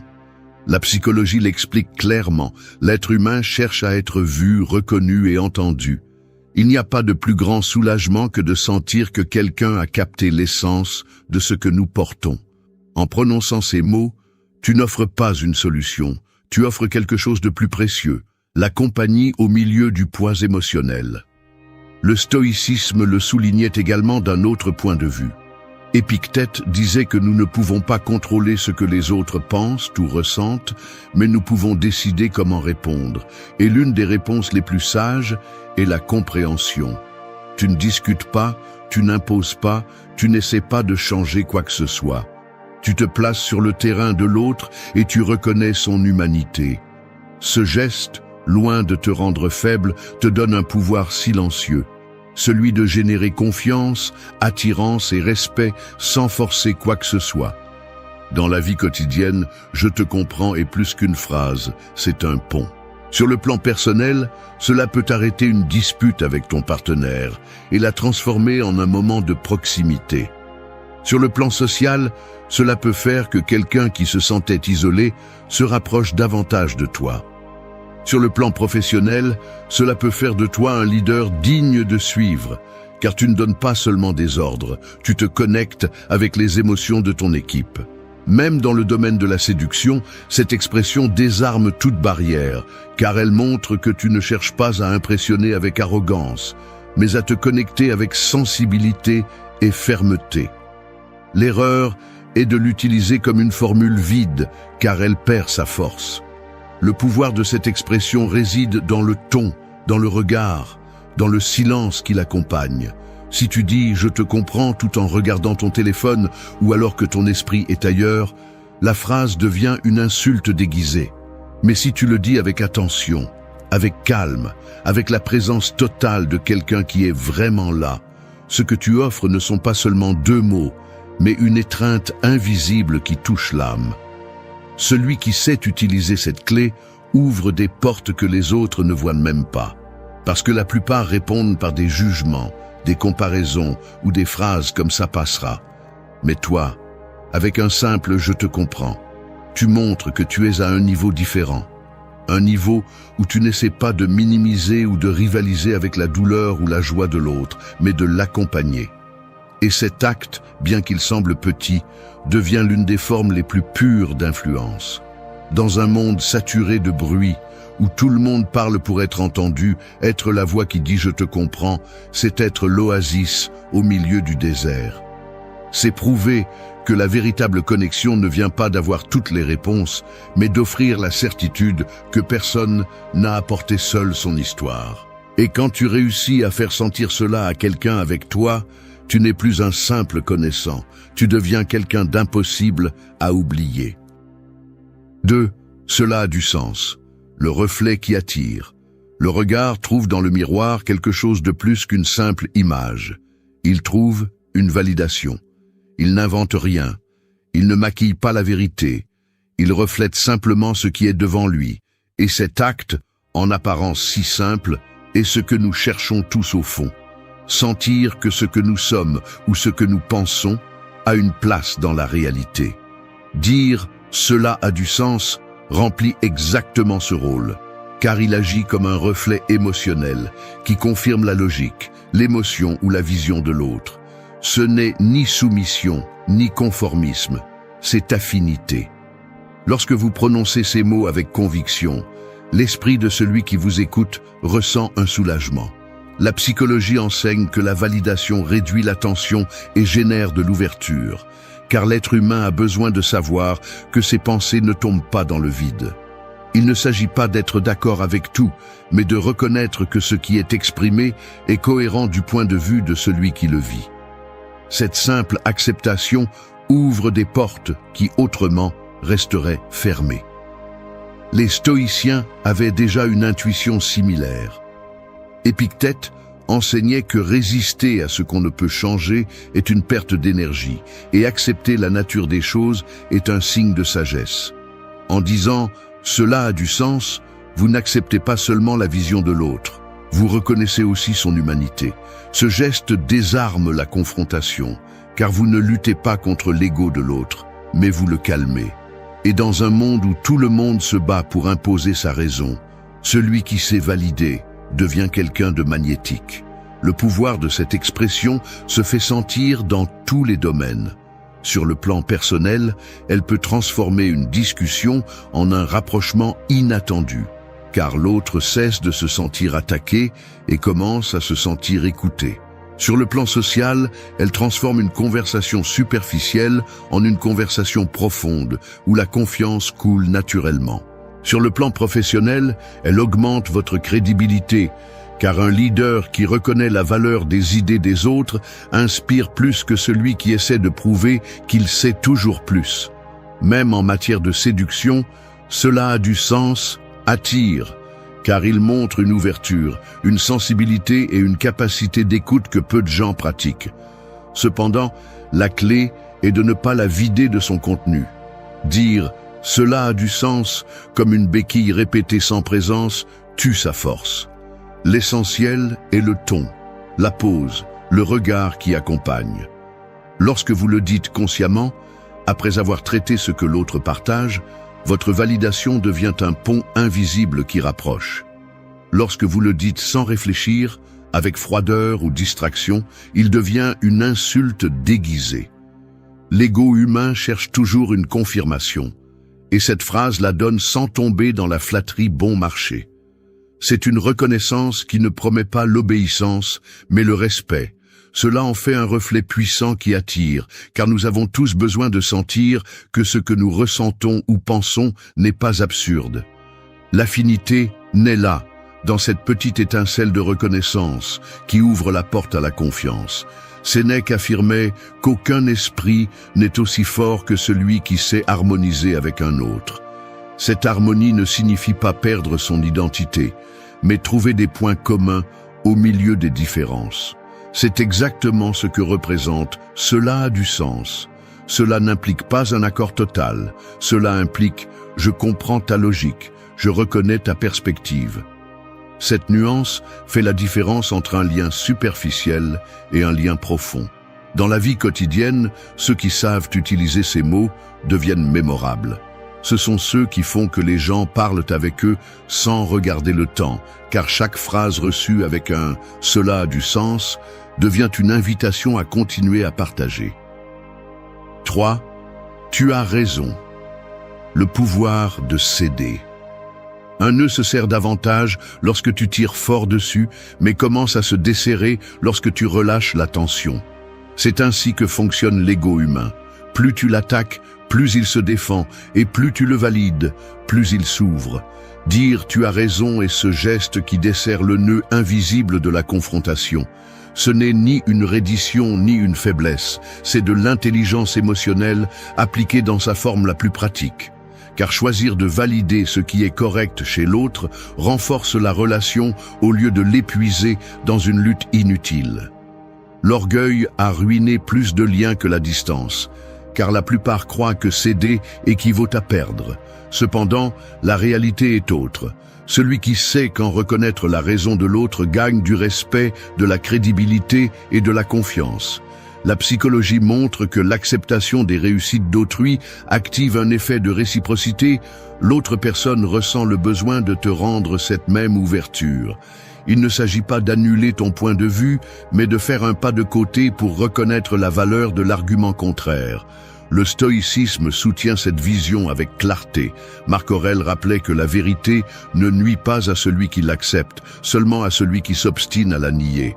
Reconnaître que quelqu'un d'autre a raison est un acte de vertu, car il montre que tu cherches la vérité au-dessus de ta vanité.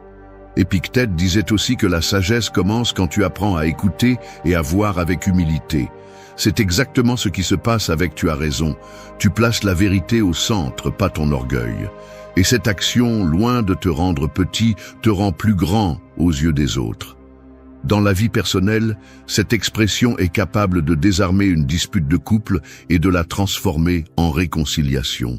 Un simple « tu as raison » sincère suffit pour éteindre le feu de l'orgueil et ouvrir la porte à la tranquillité. Dans le domaine social, elle génère un effet de sympathie immédiate, car celui qui entend cette validation sent qu'il est face à quelqu'un de juste, qui reconnaît sans peur. Dans le domaine professionnel, elle transforme un leader en référent, car elle démontre qu'il n'a pas peur d'accepter quand un autre apporte quelque chose de mieux. Même dans la séduction, la phrase ouvre un espace de complicité, car en cédant sans drame, tu révèles de la sécurité et non une dépendance de ton ego. Le danger est de l'utiliser de manière fausse. Si tu dis « tu as raison » pour t'en sortir ou pour éviter un conflit, l'autre personne le remarquera, et au lieu de confiance, tu généreras du mépris. Le pouvoir de ces mots réside dans la sincérité, dans le fait que tu identifies vraiment le point correct de l'autre et que tu le reconnaisses. Cette transparence multiplie la force du message. Il ne s'agit pas de toujours donner raison, mais de reconnaître quand ils l'ont et de ne pas craindre de le dire à voix haute. L'ego a peur de céder parce qu'il l'interprète comme une défaite, mais en réalité, c'est un investissement dans la relation. Lorsque tu valides l'autre, tu crées un terrain de confiance où plus tard, ta propre voix sera entendue avec une plus grande ouverture. C'est un mouvement stratégique, pas un sacrifice. En fait, peu de choses attirent plus que la sécurité de quelqu'un qui n'a pas besoin de gagner toutes les discussions pour se sentir fort. Sénèque l'aurait résumé en disant qu'on ne perd rien à accepter la vérité, car la vérité n'est jamais la propriété d'un seul. Dire « tu as raison », c'est embrasser ce principe, c'est lâcher le besoin infantile d'avoir toujours le dernier mot et le remplacer par la maturité de construire des ponts au lieu de murs. Cette attitude, dans n'importe quel contexte, fait d'une personne quelqu'un de fiable, d'influent et de mémorable. Au final, les liens ne se renforcent pas avec des victoires verbales, ils se renforcent avec le respect. Et le respect naît de la reconnaissance mutuelle. 4. Je t'écoute. La présence totale. La plupart des gens vivent comme s'ils portaient des écouteurs invisibles, n'entendant que ce qui confirme leurs idées et filtrant le reste. C'est pourquoi, quand quelqu'un dit « je t'écoute avec authenticité », quelque chose d'extraordinaire se produit. Le bruit s'arrête et la personne en face sent, peut-être pour la première fois depuis longtemps, qu'elle compte vraiment. Nous ne parlons pas d'entendre des sons, mais d'être présent, avec tout le corps, avec le regard, avec une attention complète. Cette phrase, accompagnée de silence et d'un intérêt sincère, est un cadeau dans un monde où tout le monde parle et presque personne n'écoute. Dire « je t'écoute » est un acte de pouvoir, même si beaucoup ont du mal à le comprendre. La psychologie démontre que les personnes qui se sentent écoutées ressentent une augmentation immédiate de la confiance et de la proximité. En revanche, celui qui se sent ignoré érige des murs de méfiance que 1000 mots ne parviennent pas à abattre. Lorsque vous offrez une écoute active, vous ne validez pas seulement ce que l'autre exprime, vous communiquez aussi du respect. Le stoïcisme considérait l'écoute comme une discipline d'autocontrôle. Épictète enseignait qu'avant de répondre, il fallait comprendre, car réagir sans écouter, c'est tomber sous l'emprise de l'impulsivité. Dire « je t'écoute » et le faire implique une maîtrise de soi, car tu tais ton besoin de parler pour donner de l'espace à l'autre. C'est de l'humilité pratique, pas théorique. Et ce geste, bien qu'il semble petit, a un impact gigantesque sur tout type de relation. Dans la vie personnelle, un « je t'écoute » peut sauver un lien. Il peut transformer une plainte en une opportunité de compréhension. Il peut éteindre la tension dans un conflit et ouvrir la porte à la réconciliation. Socialement, cela fait que les gens se rapprochent de toi parce qu'ils découvrent que tu es différent dans une mer de voix qui ne veulent que s'imposer. Professionnellement, cela fait de toi un véritable leader, car l'équipe sent que tu ne travailles pas seulement avec eux, mais que tu les considères. Et dans le domaine de la séduction, peu de choses sont aussi irrésistibles qu'une personne qui ne cherche pas à briller par des monologues, mais qui brille en donnant de l'espace pour que l'autre s'exprime sans peur. Le problème est que beaucoup disent « je t'écoute » tout en pensant à quoi répondre, et cette fausseté se perçoit. La véritable force de ces mots réside dans la cohérence. Si ton regard se distrait, si ton corps transmet de l'impatience, la phrase perd toute sa valeur. Mais si tu l'accompagnes de silence, d'une attention pleine et de l'intérêt de quelqu'un qui veut vraiment comprendre, ce que tu donnes n'est pas seulement de l'écoute, c'est un refuge. Et un refuge est quelque chose que nous cherchons tous, même si nous ne le disons pas. Sénèque disait que 2 oreilles et une bouche sont une proportion juste pour nous rappeler que nous devons écouter plus que nous ne parlons. Ce rappel semble évident, mais peu de gens l'appliquent. Celui qui sait écouter avec présence se distingue immédiatement car il offre ce qui est rare. Et ce qui est rare devient toujours précieux. C'est pourquoi un « je t'écoute » sincère devient un aimant. Dans la vie quotidienne, la plupart des gens cherchent à impressionner avec des phrases accrocheuses, mais les véritables influenceurs savent que la clé est dans l'écoute.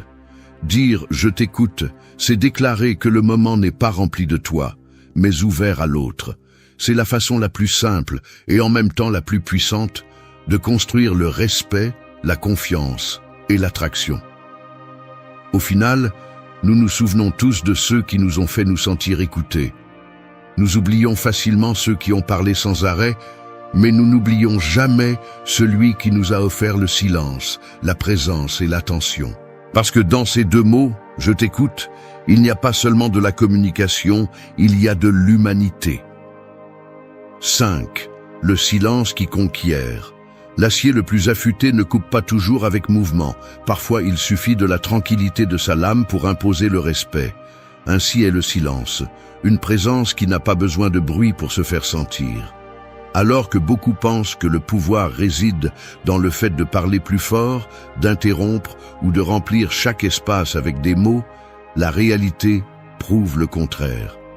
Le silence, utilisé intelligemment, peut être plus séduisant, plus persuasif et plus influent que 1000 discours.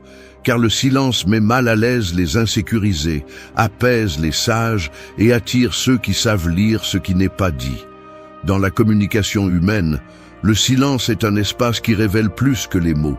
La psychologie le reconnaît comme une ressource qui génère de l'intrigue et oblige l'autre à prêter plus d'attention. Lorsque tu te tais au bon moment, ta présence se magnifie. Tu n'as pas besoin de trop décorer ni d'expliquer, tu laisses le vide chargé d'intention faire le travail. L'autre, conscient ou non, interprète ce silence comme de la confiance, et la confiance attire toujours. Le stoïcisme enseignait à maîtriser les émotions pour ne pas être esclave de l'impulsivité. Le silence est la pratique parfaite de ce principe. Marc Aurèle rappelait que de nombreuses discussions se dissolvent lorsqu'on choisit de ne pas réagir immédiatement. Se taire ne signifie pas faiblesse, cela signifie contrôle. Car celui qui sait quand parler et quand se taire montre qu'il maîtrise son intérieur, et cette force intérieure est visible même dans le silence. Personnellement, le silence peut sauver une relation. Face à une provocation, répondre avec calme et non avec des mots blessants évite des blessures qui seraient ensuite difficiles à guérir. Socialement, le silence génère du magnétisme. Celui qui ne parle pas tout le temps, mais qui sait se réserver, suscite de l'intrigue. Professionnellement, il montre du leadership. Le chef qui écoute en silence avant de donner son opinion transmet plus de pouvoir que celui qui parle sans cesse. En séduction, le silence est une arme mortelle. Il maintient le mystère, crée de la tension et fait que l'autre cherche à remplir cet espace avec plus d'ouverture, révélant ce qu'il ne dirait peut-être jamais s'il ne ressentait pas ce vide attentif. L'erreur est de confondre le silence avec l'indifférence.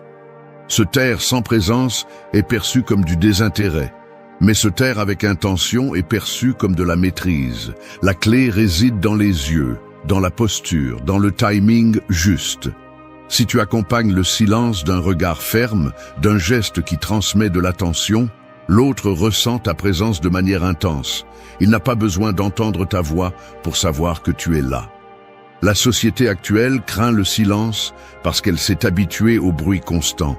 C'est pourquoi celui qui apprend à le maîtriser devient quelqu'un de différent, mémorable, magnétique.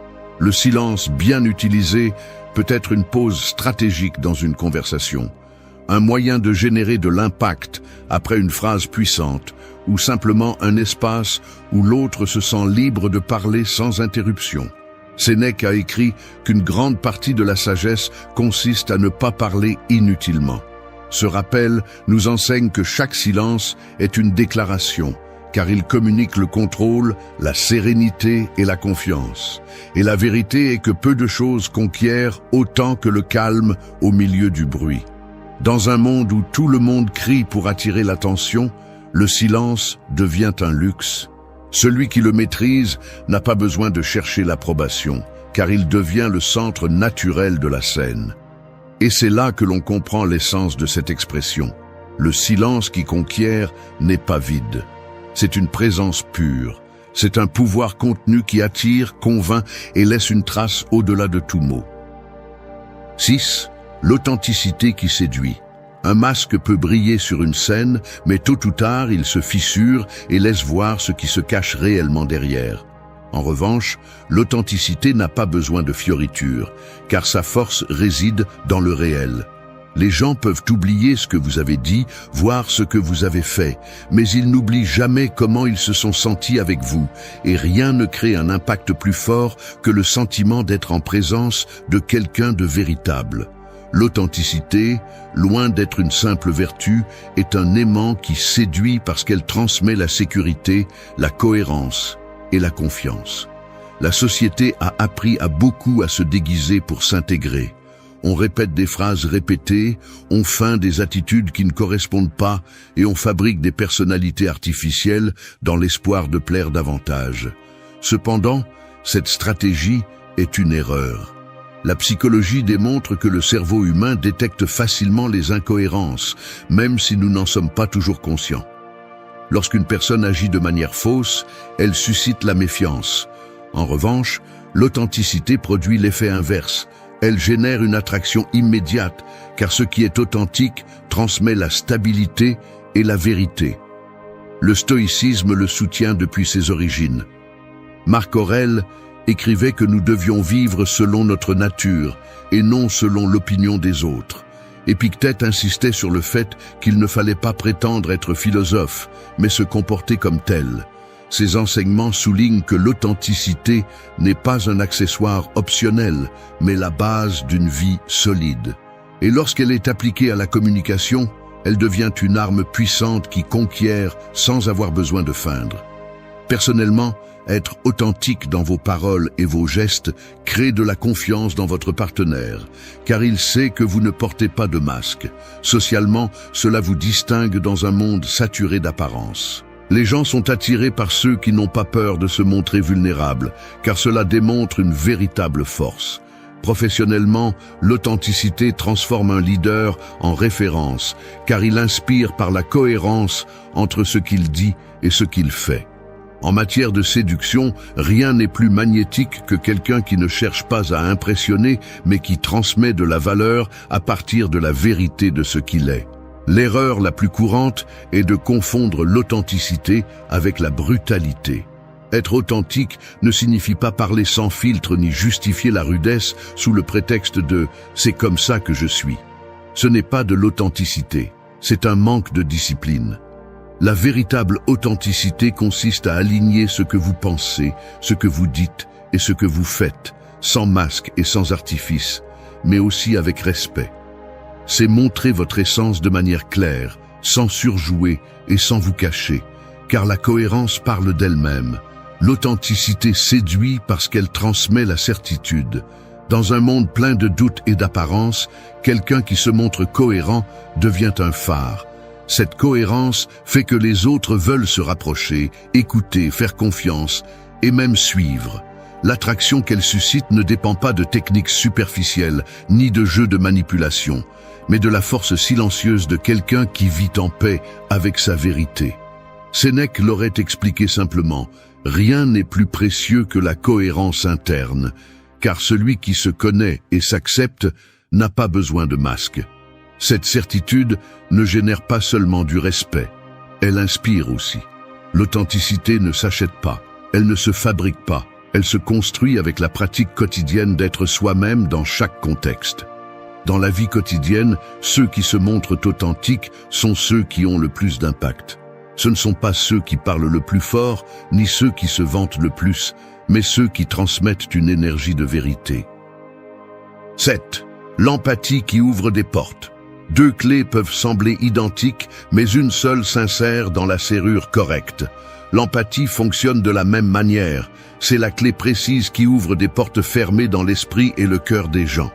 Beaucoup essaient de forcer ces serrures avec des discours, de la pression ou de la manipulation. Mais la véritable connexion est réalisée avec quelque chose de plus subtil, la capacité de se mettre à la place de l'autre. C'est l'essence de l'empathie, un outil qui non seulement adoucit la dureté du monde, mais construit aussi des relations profondes et durables. La psychologie affirme que l'être humain a besoin de se sentir compris pour faire confiance. Sans cette validation, la communication devient un échange de mots vides, où chacun cherche à imposer sa vision. L'empathie rompt ce schéma, car elle change la dynamique du moi pour le nous. Bien qu'elle soit souvent associée à la froideur, la vérité est que les stoïciens parlaient de compassion comme faisant partie de la justice. Marc Aurèle disait que nous sommes nés pour coopérer comme les pieds et les mains, et que vivre en opposition aux autres était contraire à notre propre nature. L'empathie, donc, n'est pas une faiblesse, c'est une sagesse pratique, car elle renforce la coopération et génère l'harmonie dans toute relation. Personnellement, pratiquer l'empathie ouvre l'espace pour que votre partenaire se sente en sécurité en exprimant ce qu'il ressent. Socialement, elle transforme les interactions superficielles en connexions réelles, car les gens reconnaissent la différence entre quelqu'un qui écoute seulement et quelqu'un qui comprend vraiment. Professionnellement, l'empathie est ce qui distingue un patron d'un leader, car celui qui dirige sans comprendre ne génère que de l'obéissance forcée, tandis que celui qui comprend inspire un engagement authentique. Dans la séduction, l'empathie est la clé invisible qui éveille l'attraction, car elle montre de la sensibilité sans perdre de fermeté, de l'intérêt sans tomber dans le besoin. La véritable empathie inclut des limites claires, car comprendre ne signifie pas permettre que l'on vous marche dessus. En fait, l'empathie la plus puissante est celle qui vient de la force, lorsque vous parvenez à reconnaître ce que l'autre ressent sans perdre votre centre ni votre dignité. Cet équilibre est ce qui ouvre vraiment les portes, car il inspire le respect en plus de la confiance. L'empathie séduit parce qu'elle montre de l'humanité. Dans un monde où beaucoup préfèrent l'indifférence comme armure, rencontrer quelqu'un qui comprend sans juger est un soulagement. Cette expérience laisse une empreinte, car nous nous souvenons tous de la personne qui a su nous voir au-delà de nos mots. Ce souvenir est ce qui crée des liens difficiles à rompre, car il ne s'agit pas de ce que vous avez dit, mais de ce que vous avez réussi à faire ressentir. Sénèque disait que personne ne peut vivre heureux seulement pour lui-même. Cette phrase résume l'essence de l'empathie. Comprendre que notre bien-être est lié au bien-être des autres. En appliquant ce principe dans votre communication, vous devenez quelqu'un capable d'unir, d'adoucir les tensions et d'attirer depuis la connexion la plus profonde. C'est le geste qui transforme un inconnu en ami, un subordonné en allié et un intérêt passager en un lien réel. L'empathie ne s'impose pas et ne se feint pas. Elle se pratique à partir de l'écoute, de la validation et de la compréhension. En fin de compte, l'empathie qui ouvre des portes n'est pas une ressource occasionnelle. C'est une façon de vivre. Celui qui la pratique devient quelqu'un qui n'a pas besoin de forcer quoi que ce soit, car le monde s'ouvre devant lui naturellement. Et ce pouvoir, bien que silencieux, est l'un des plus irrésistibles qui existent. 8. Le langage qui domine les cœurs.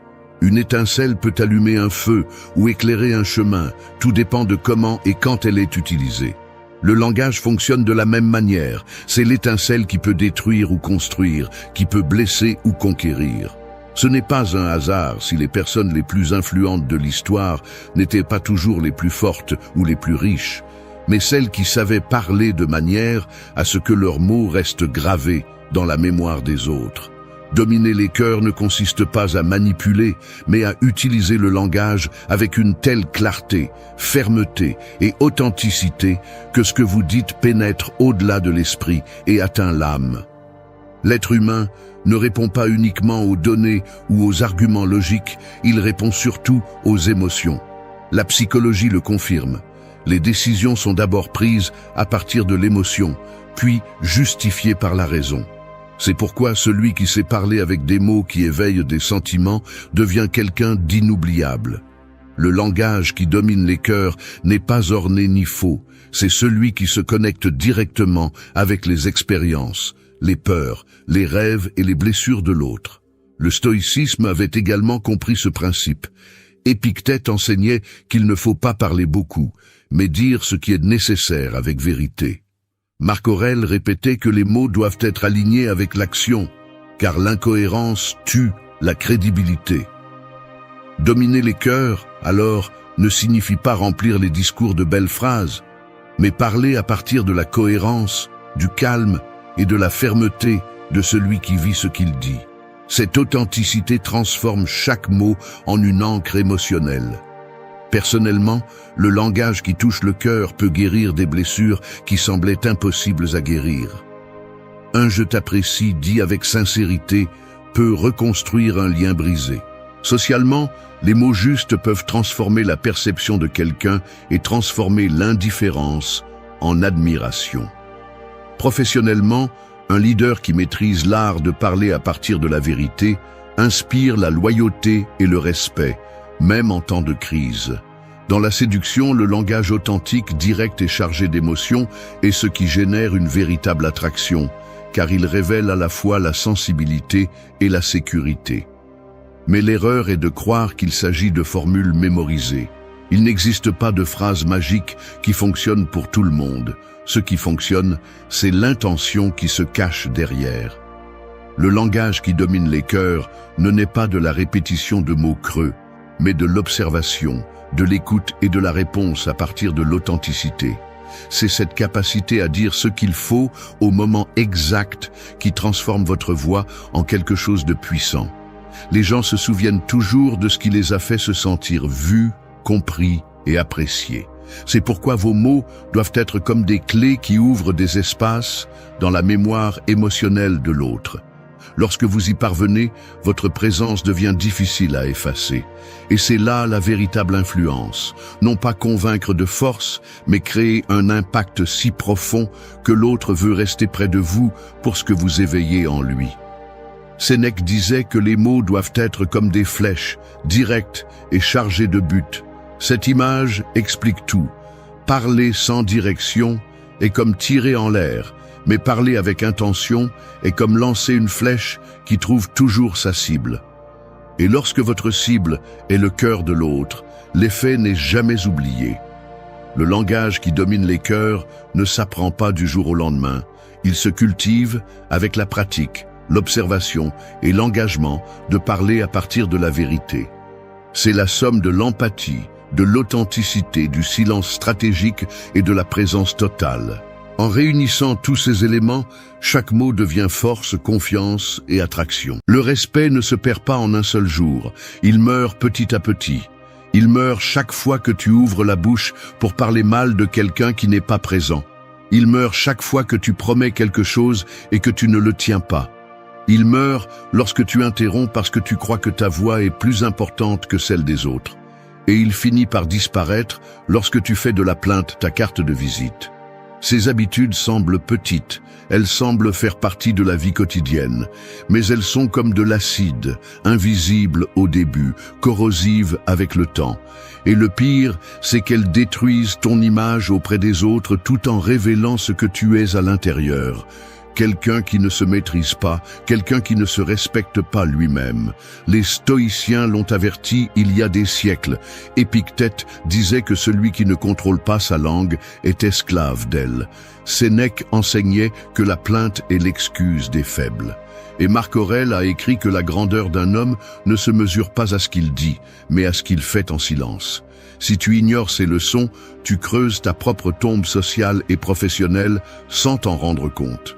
Cette vidéo n'est pas pour adoucir les vérités. Elle est là pour te montrer en face ce que tu soupçonnes peut-être déjà.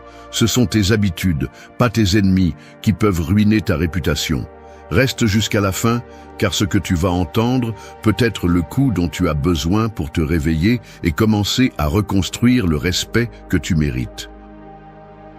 1. Le silence qui protège ton respect face aux paroles vides. La rumeur est comme une fumée noire qui semble inoffensive au début, flotte dans l'air et se dissipe rapidement, mais ce que tu ne vois pas, c'est qu'elle imprègne tout ce qu'elle touche et laisse une odeur difficile à enlever. Chaque fois que tu y participes, même avec un mot ou un rire complice, tu salis ton nom sans t'en rendre compte. Ce que tu dis sur les autres finit par en dire plus sur toi que sur la personne dont tu parles. Parce que la rumeur n'est pas un simple commentaire, c'est un acte de trahison envers la confiance. Et la trahison, aussi petite soit-elle, devient une marque que les autres n'oublient pas. Le colporteur n'a pas besoin d'ennemis, il se détruit lui-même. Parler des autres dans leur dos montre une faiblesse, montre de l'envie et surtout montre une incapacité à maîtriser la langue. Épictète disait que la langue est comme un animal sauvage. Si tu ne la contrôles pas, elle te dévore. Chaque mot que tu lances sans réfléchir te dépeint comme quelqu'un qui ne mérite pas de respect. Parce que si aujourd'hui tu parles d'un tiers, demain quelqu'un supposera que tu feras la même chose avec lui. Et à ce moment-là, ta parole ne vaut plus rien, ta présence cesse d'inspirer confiance et ce que tu touches devient suspect. La rumeur est attrayante parce qu'elle donne l'illusion du pouvoir, de contrôler une vérité cachée, mais en réalité c'est une chaîne qui te rend esclave de la banalité. Parler des autres est la sortie facile pour ceux qui n'ont pas le courage de parler d'eux-mêmes, de leurs erreurs et de leurs projets. C'est pourquoi le silence face à la rumeur n'est pas de la lâcheté, c'est de la force. Se taire quand tout le monde murmure montre du caractère, montre que tu n'as pas besoin de salir personne pour briller. Sénèque prévenait que le sage ne perd pas son temps sur ce qu'il ne peut améliorer. Qu'améliores-tu en générant des rumeurs ? Rien. Tu affaiblis seulement ton image et tu te rapproches de devenir quelqu'un d'irrélevant. En revanche, lorsque tu choisis de garder le silence, tu protèges ton énergie, ton temps et ta réputation. La personne qui s'habitue à ne pas participer à la rumeur envoie un message fort. Ici, on ne perd pas de temps avec des futilités. Ici, on ne joue pas avec la dignité d'autrui. Cette attitude génère du respect, même si personne ne te le dit directement. Parce que tout le monde sait que si tu ne parles pas mal des autres, tu ne le feras pas non plus d'eux. Cette cohérence construit une réputation solide, tandis que les autres s'épuisent dans des conversations vides. La rumeur révèle aussi de l'impatience et un manque de but. Parler de ce que fait un autre est une façon d'échapper à ce que tu ne fais pas toi-même. Et c'est là la clé. Celui qui parle beaucoup des autres agit peu dans sa propre vie. C'est pourquoi, si tu veux te distinguer, garde le silence et concentre tes paroles sur ce qui construit. Parle d'idées, de projets, d'actions, pas de personnes absentes. Marc Aurèle disait que ce à quoi tu penses fréquemment définira ton esprit, et il en va de même pour tes paroles. Ce que tu dis fréquemment définira ta réputation. Si tes paroles sont du poison, ta réputation mourra lentement. Mais si ton silence est ferme, ton respect grandira. Pratiquer cette habitude exige de la discipline, mais aussi du courage. Parce que se taire dans un environnement où tout le monde murmure te fait devenir un étranger, quelqu'un qui brise la norme. Et cette rareté est celle qui construit le respect. Le silence est un mur qui protège ta dignité. Tu n'as pas besoin de rejoindre le jeu des faibles. Tu as besoin de montrer par des actes que ta vie est trop grande pour se perdre dans de petites rumeurs. 2. Tiens tes promesses, même les plus petites. Chaque tour haute s'effondre, non pas à cause d'un seul coup, mais parce que de petites fissures ignorées affaiblissent sa base avec le temps. Il en va de même pour la parole. Ce n'est pas le grand mensonge qui détruit la confiance, mais ces promesses minimales qui se brisent en silence. Assurer que tu arriveras à une certaine heure et échouer, offrir de l'aide et disparaître, te engager dans une action et l'oublier. Chaque manquement est un signe de fragilité intérieure et, tôt ou tard, fait que personne ne croit en ce que tu dis. La parole est le fondement de tout respect. Tu peux avoir du charisme, tu peux montrer du talent, mais si ce que tu dis ne se réalise pas, ta présence perd de son poids. Le respect ne se construit pas avec des discours, il se construit avec des actes qui soutiennent ce que tu annonces.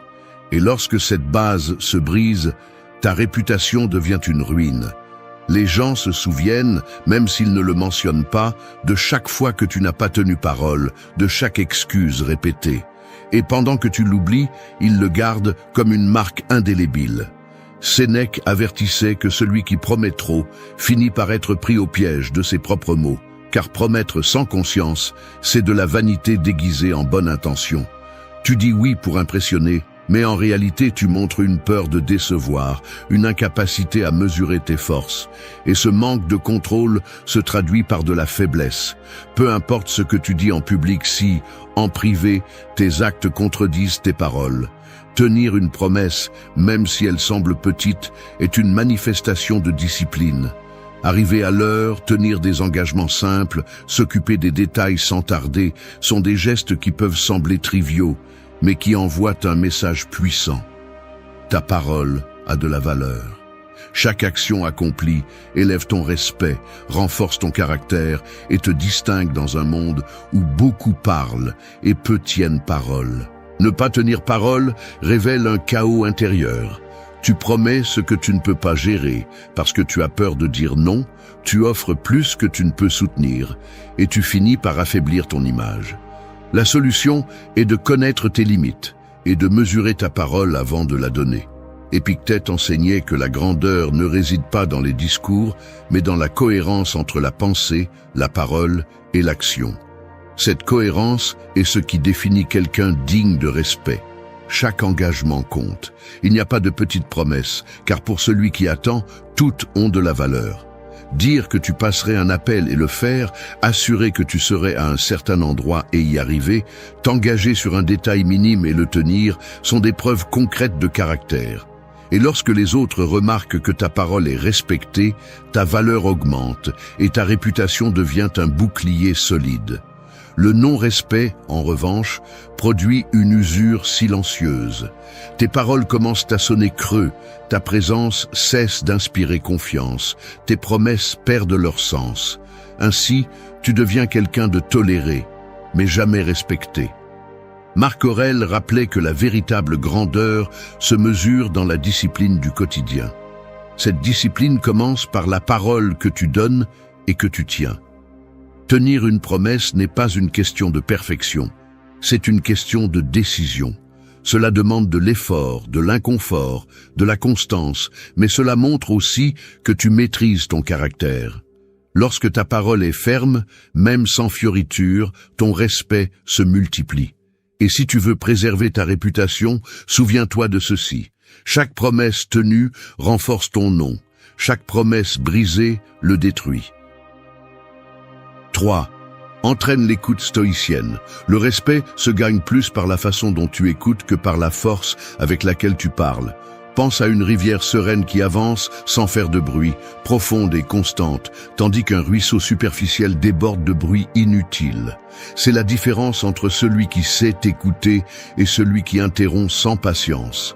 Interrompre n'est pas seulement une mauvaise éducation, c'est un coup direct contre la confiance. C'est montrer que ton ego ne supporte pas de céder de l'espace et que tes paroles valent plus que celles des autres. Chaque fois que tu le fais, tu brises un fil invisible de respect qui peut-être ne se réparera jamais. L'interruption constante est un symptôme d'anxiété et d'ego débordant. Cela signifie que ton esprit ne peut pas attendre, que tes idées veulent s'imposer à tout prix. Mais la réalité est cruelle. Celui qui interrompt ne démontre pas de pouvoir, il démontre un manque de contrôle. Marc Aurèle enseignait que se maîtriser soi-même est la plus grande des victoires. L'écoute est une preuve de caractère. Écouter sans anxiété révèle de la patience, de l'humilité et de la discipline. Un leader qui interrompt perd de la crédibilité, mais celui qui écoute attentivement gagne du respect même avant de parler. Le silence pendant qu'une autre personne expose son idée n'est pas de la passivité, c'est de la stratégie. Il permet de comprendre ce que les autres ne voient pas, de mesurer les émotions présentes, de détecter ce qui se cache derrière les mots. Celui qui écoute calmement a plus de pouvoir que celui qui parle sans contrôle. L'interruption détruit également les liens personnels. Personne ne veut parler avec quelqu'un qui coupe les phrases, qui ne laisse pas finir, qui transforme chaque dialogue en compétition.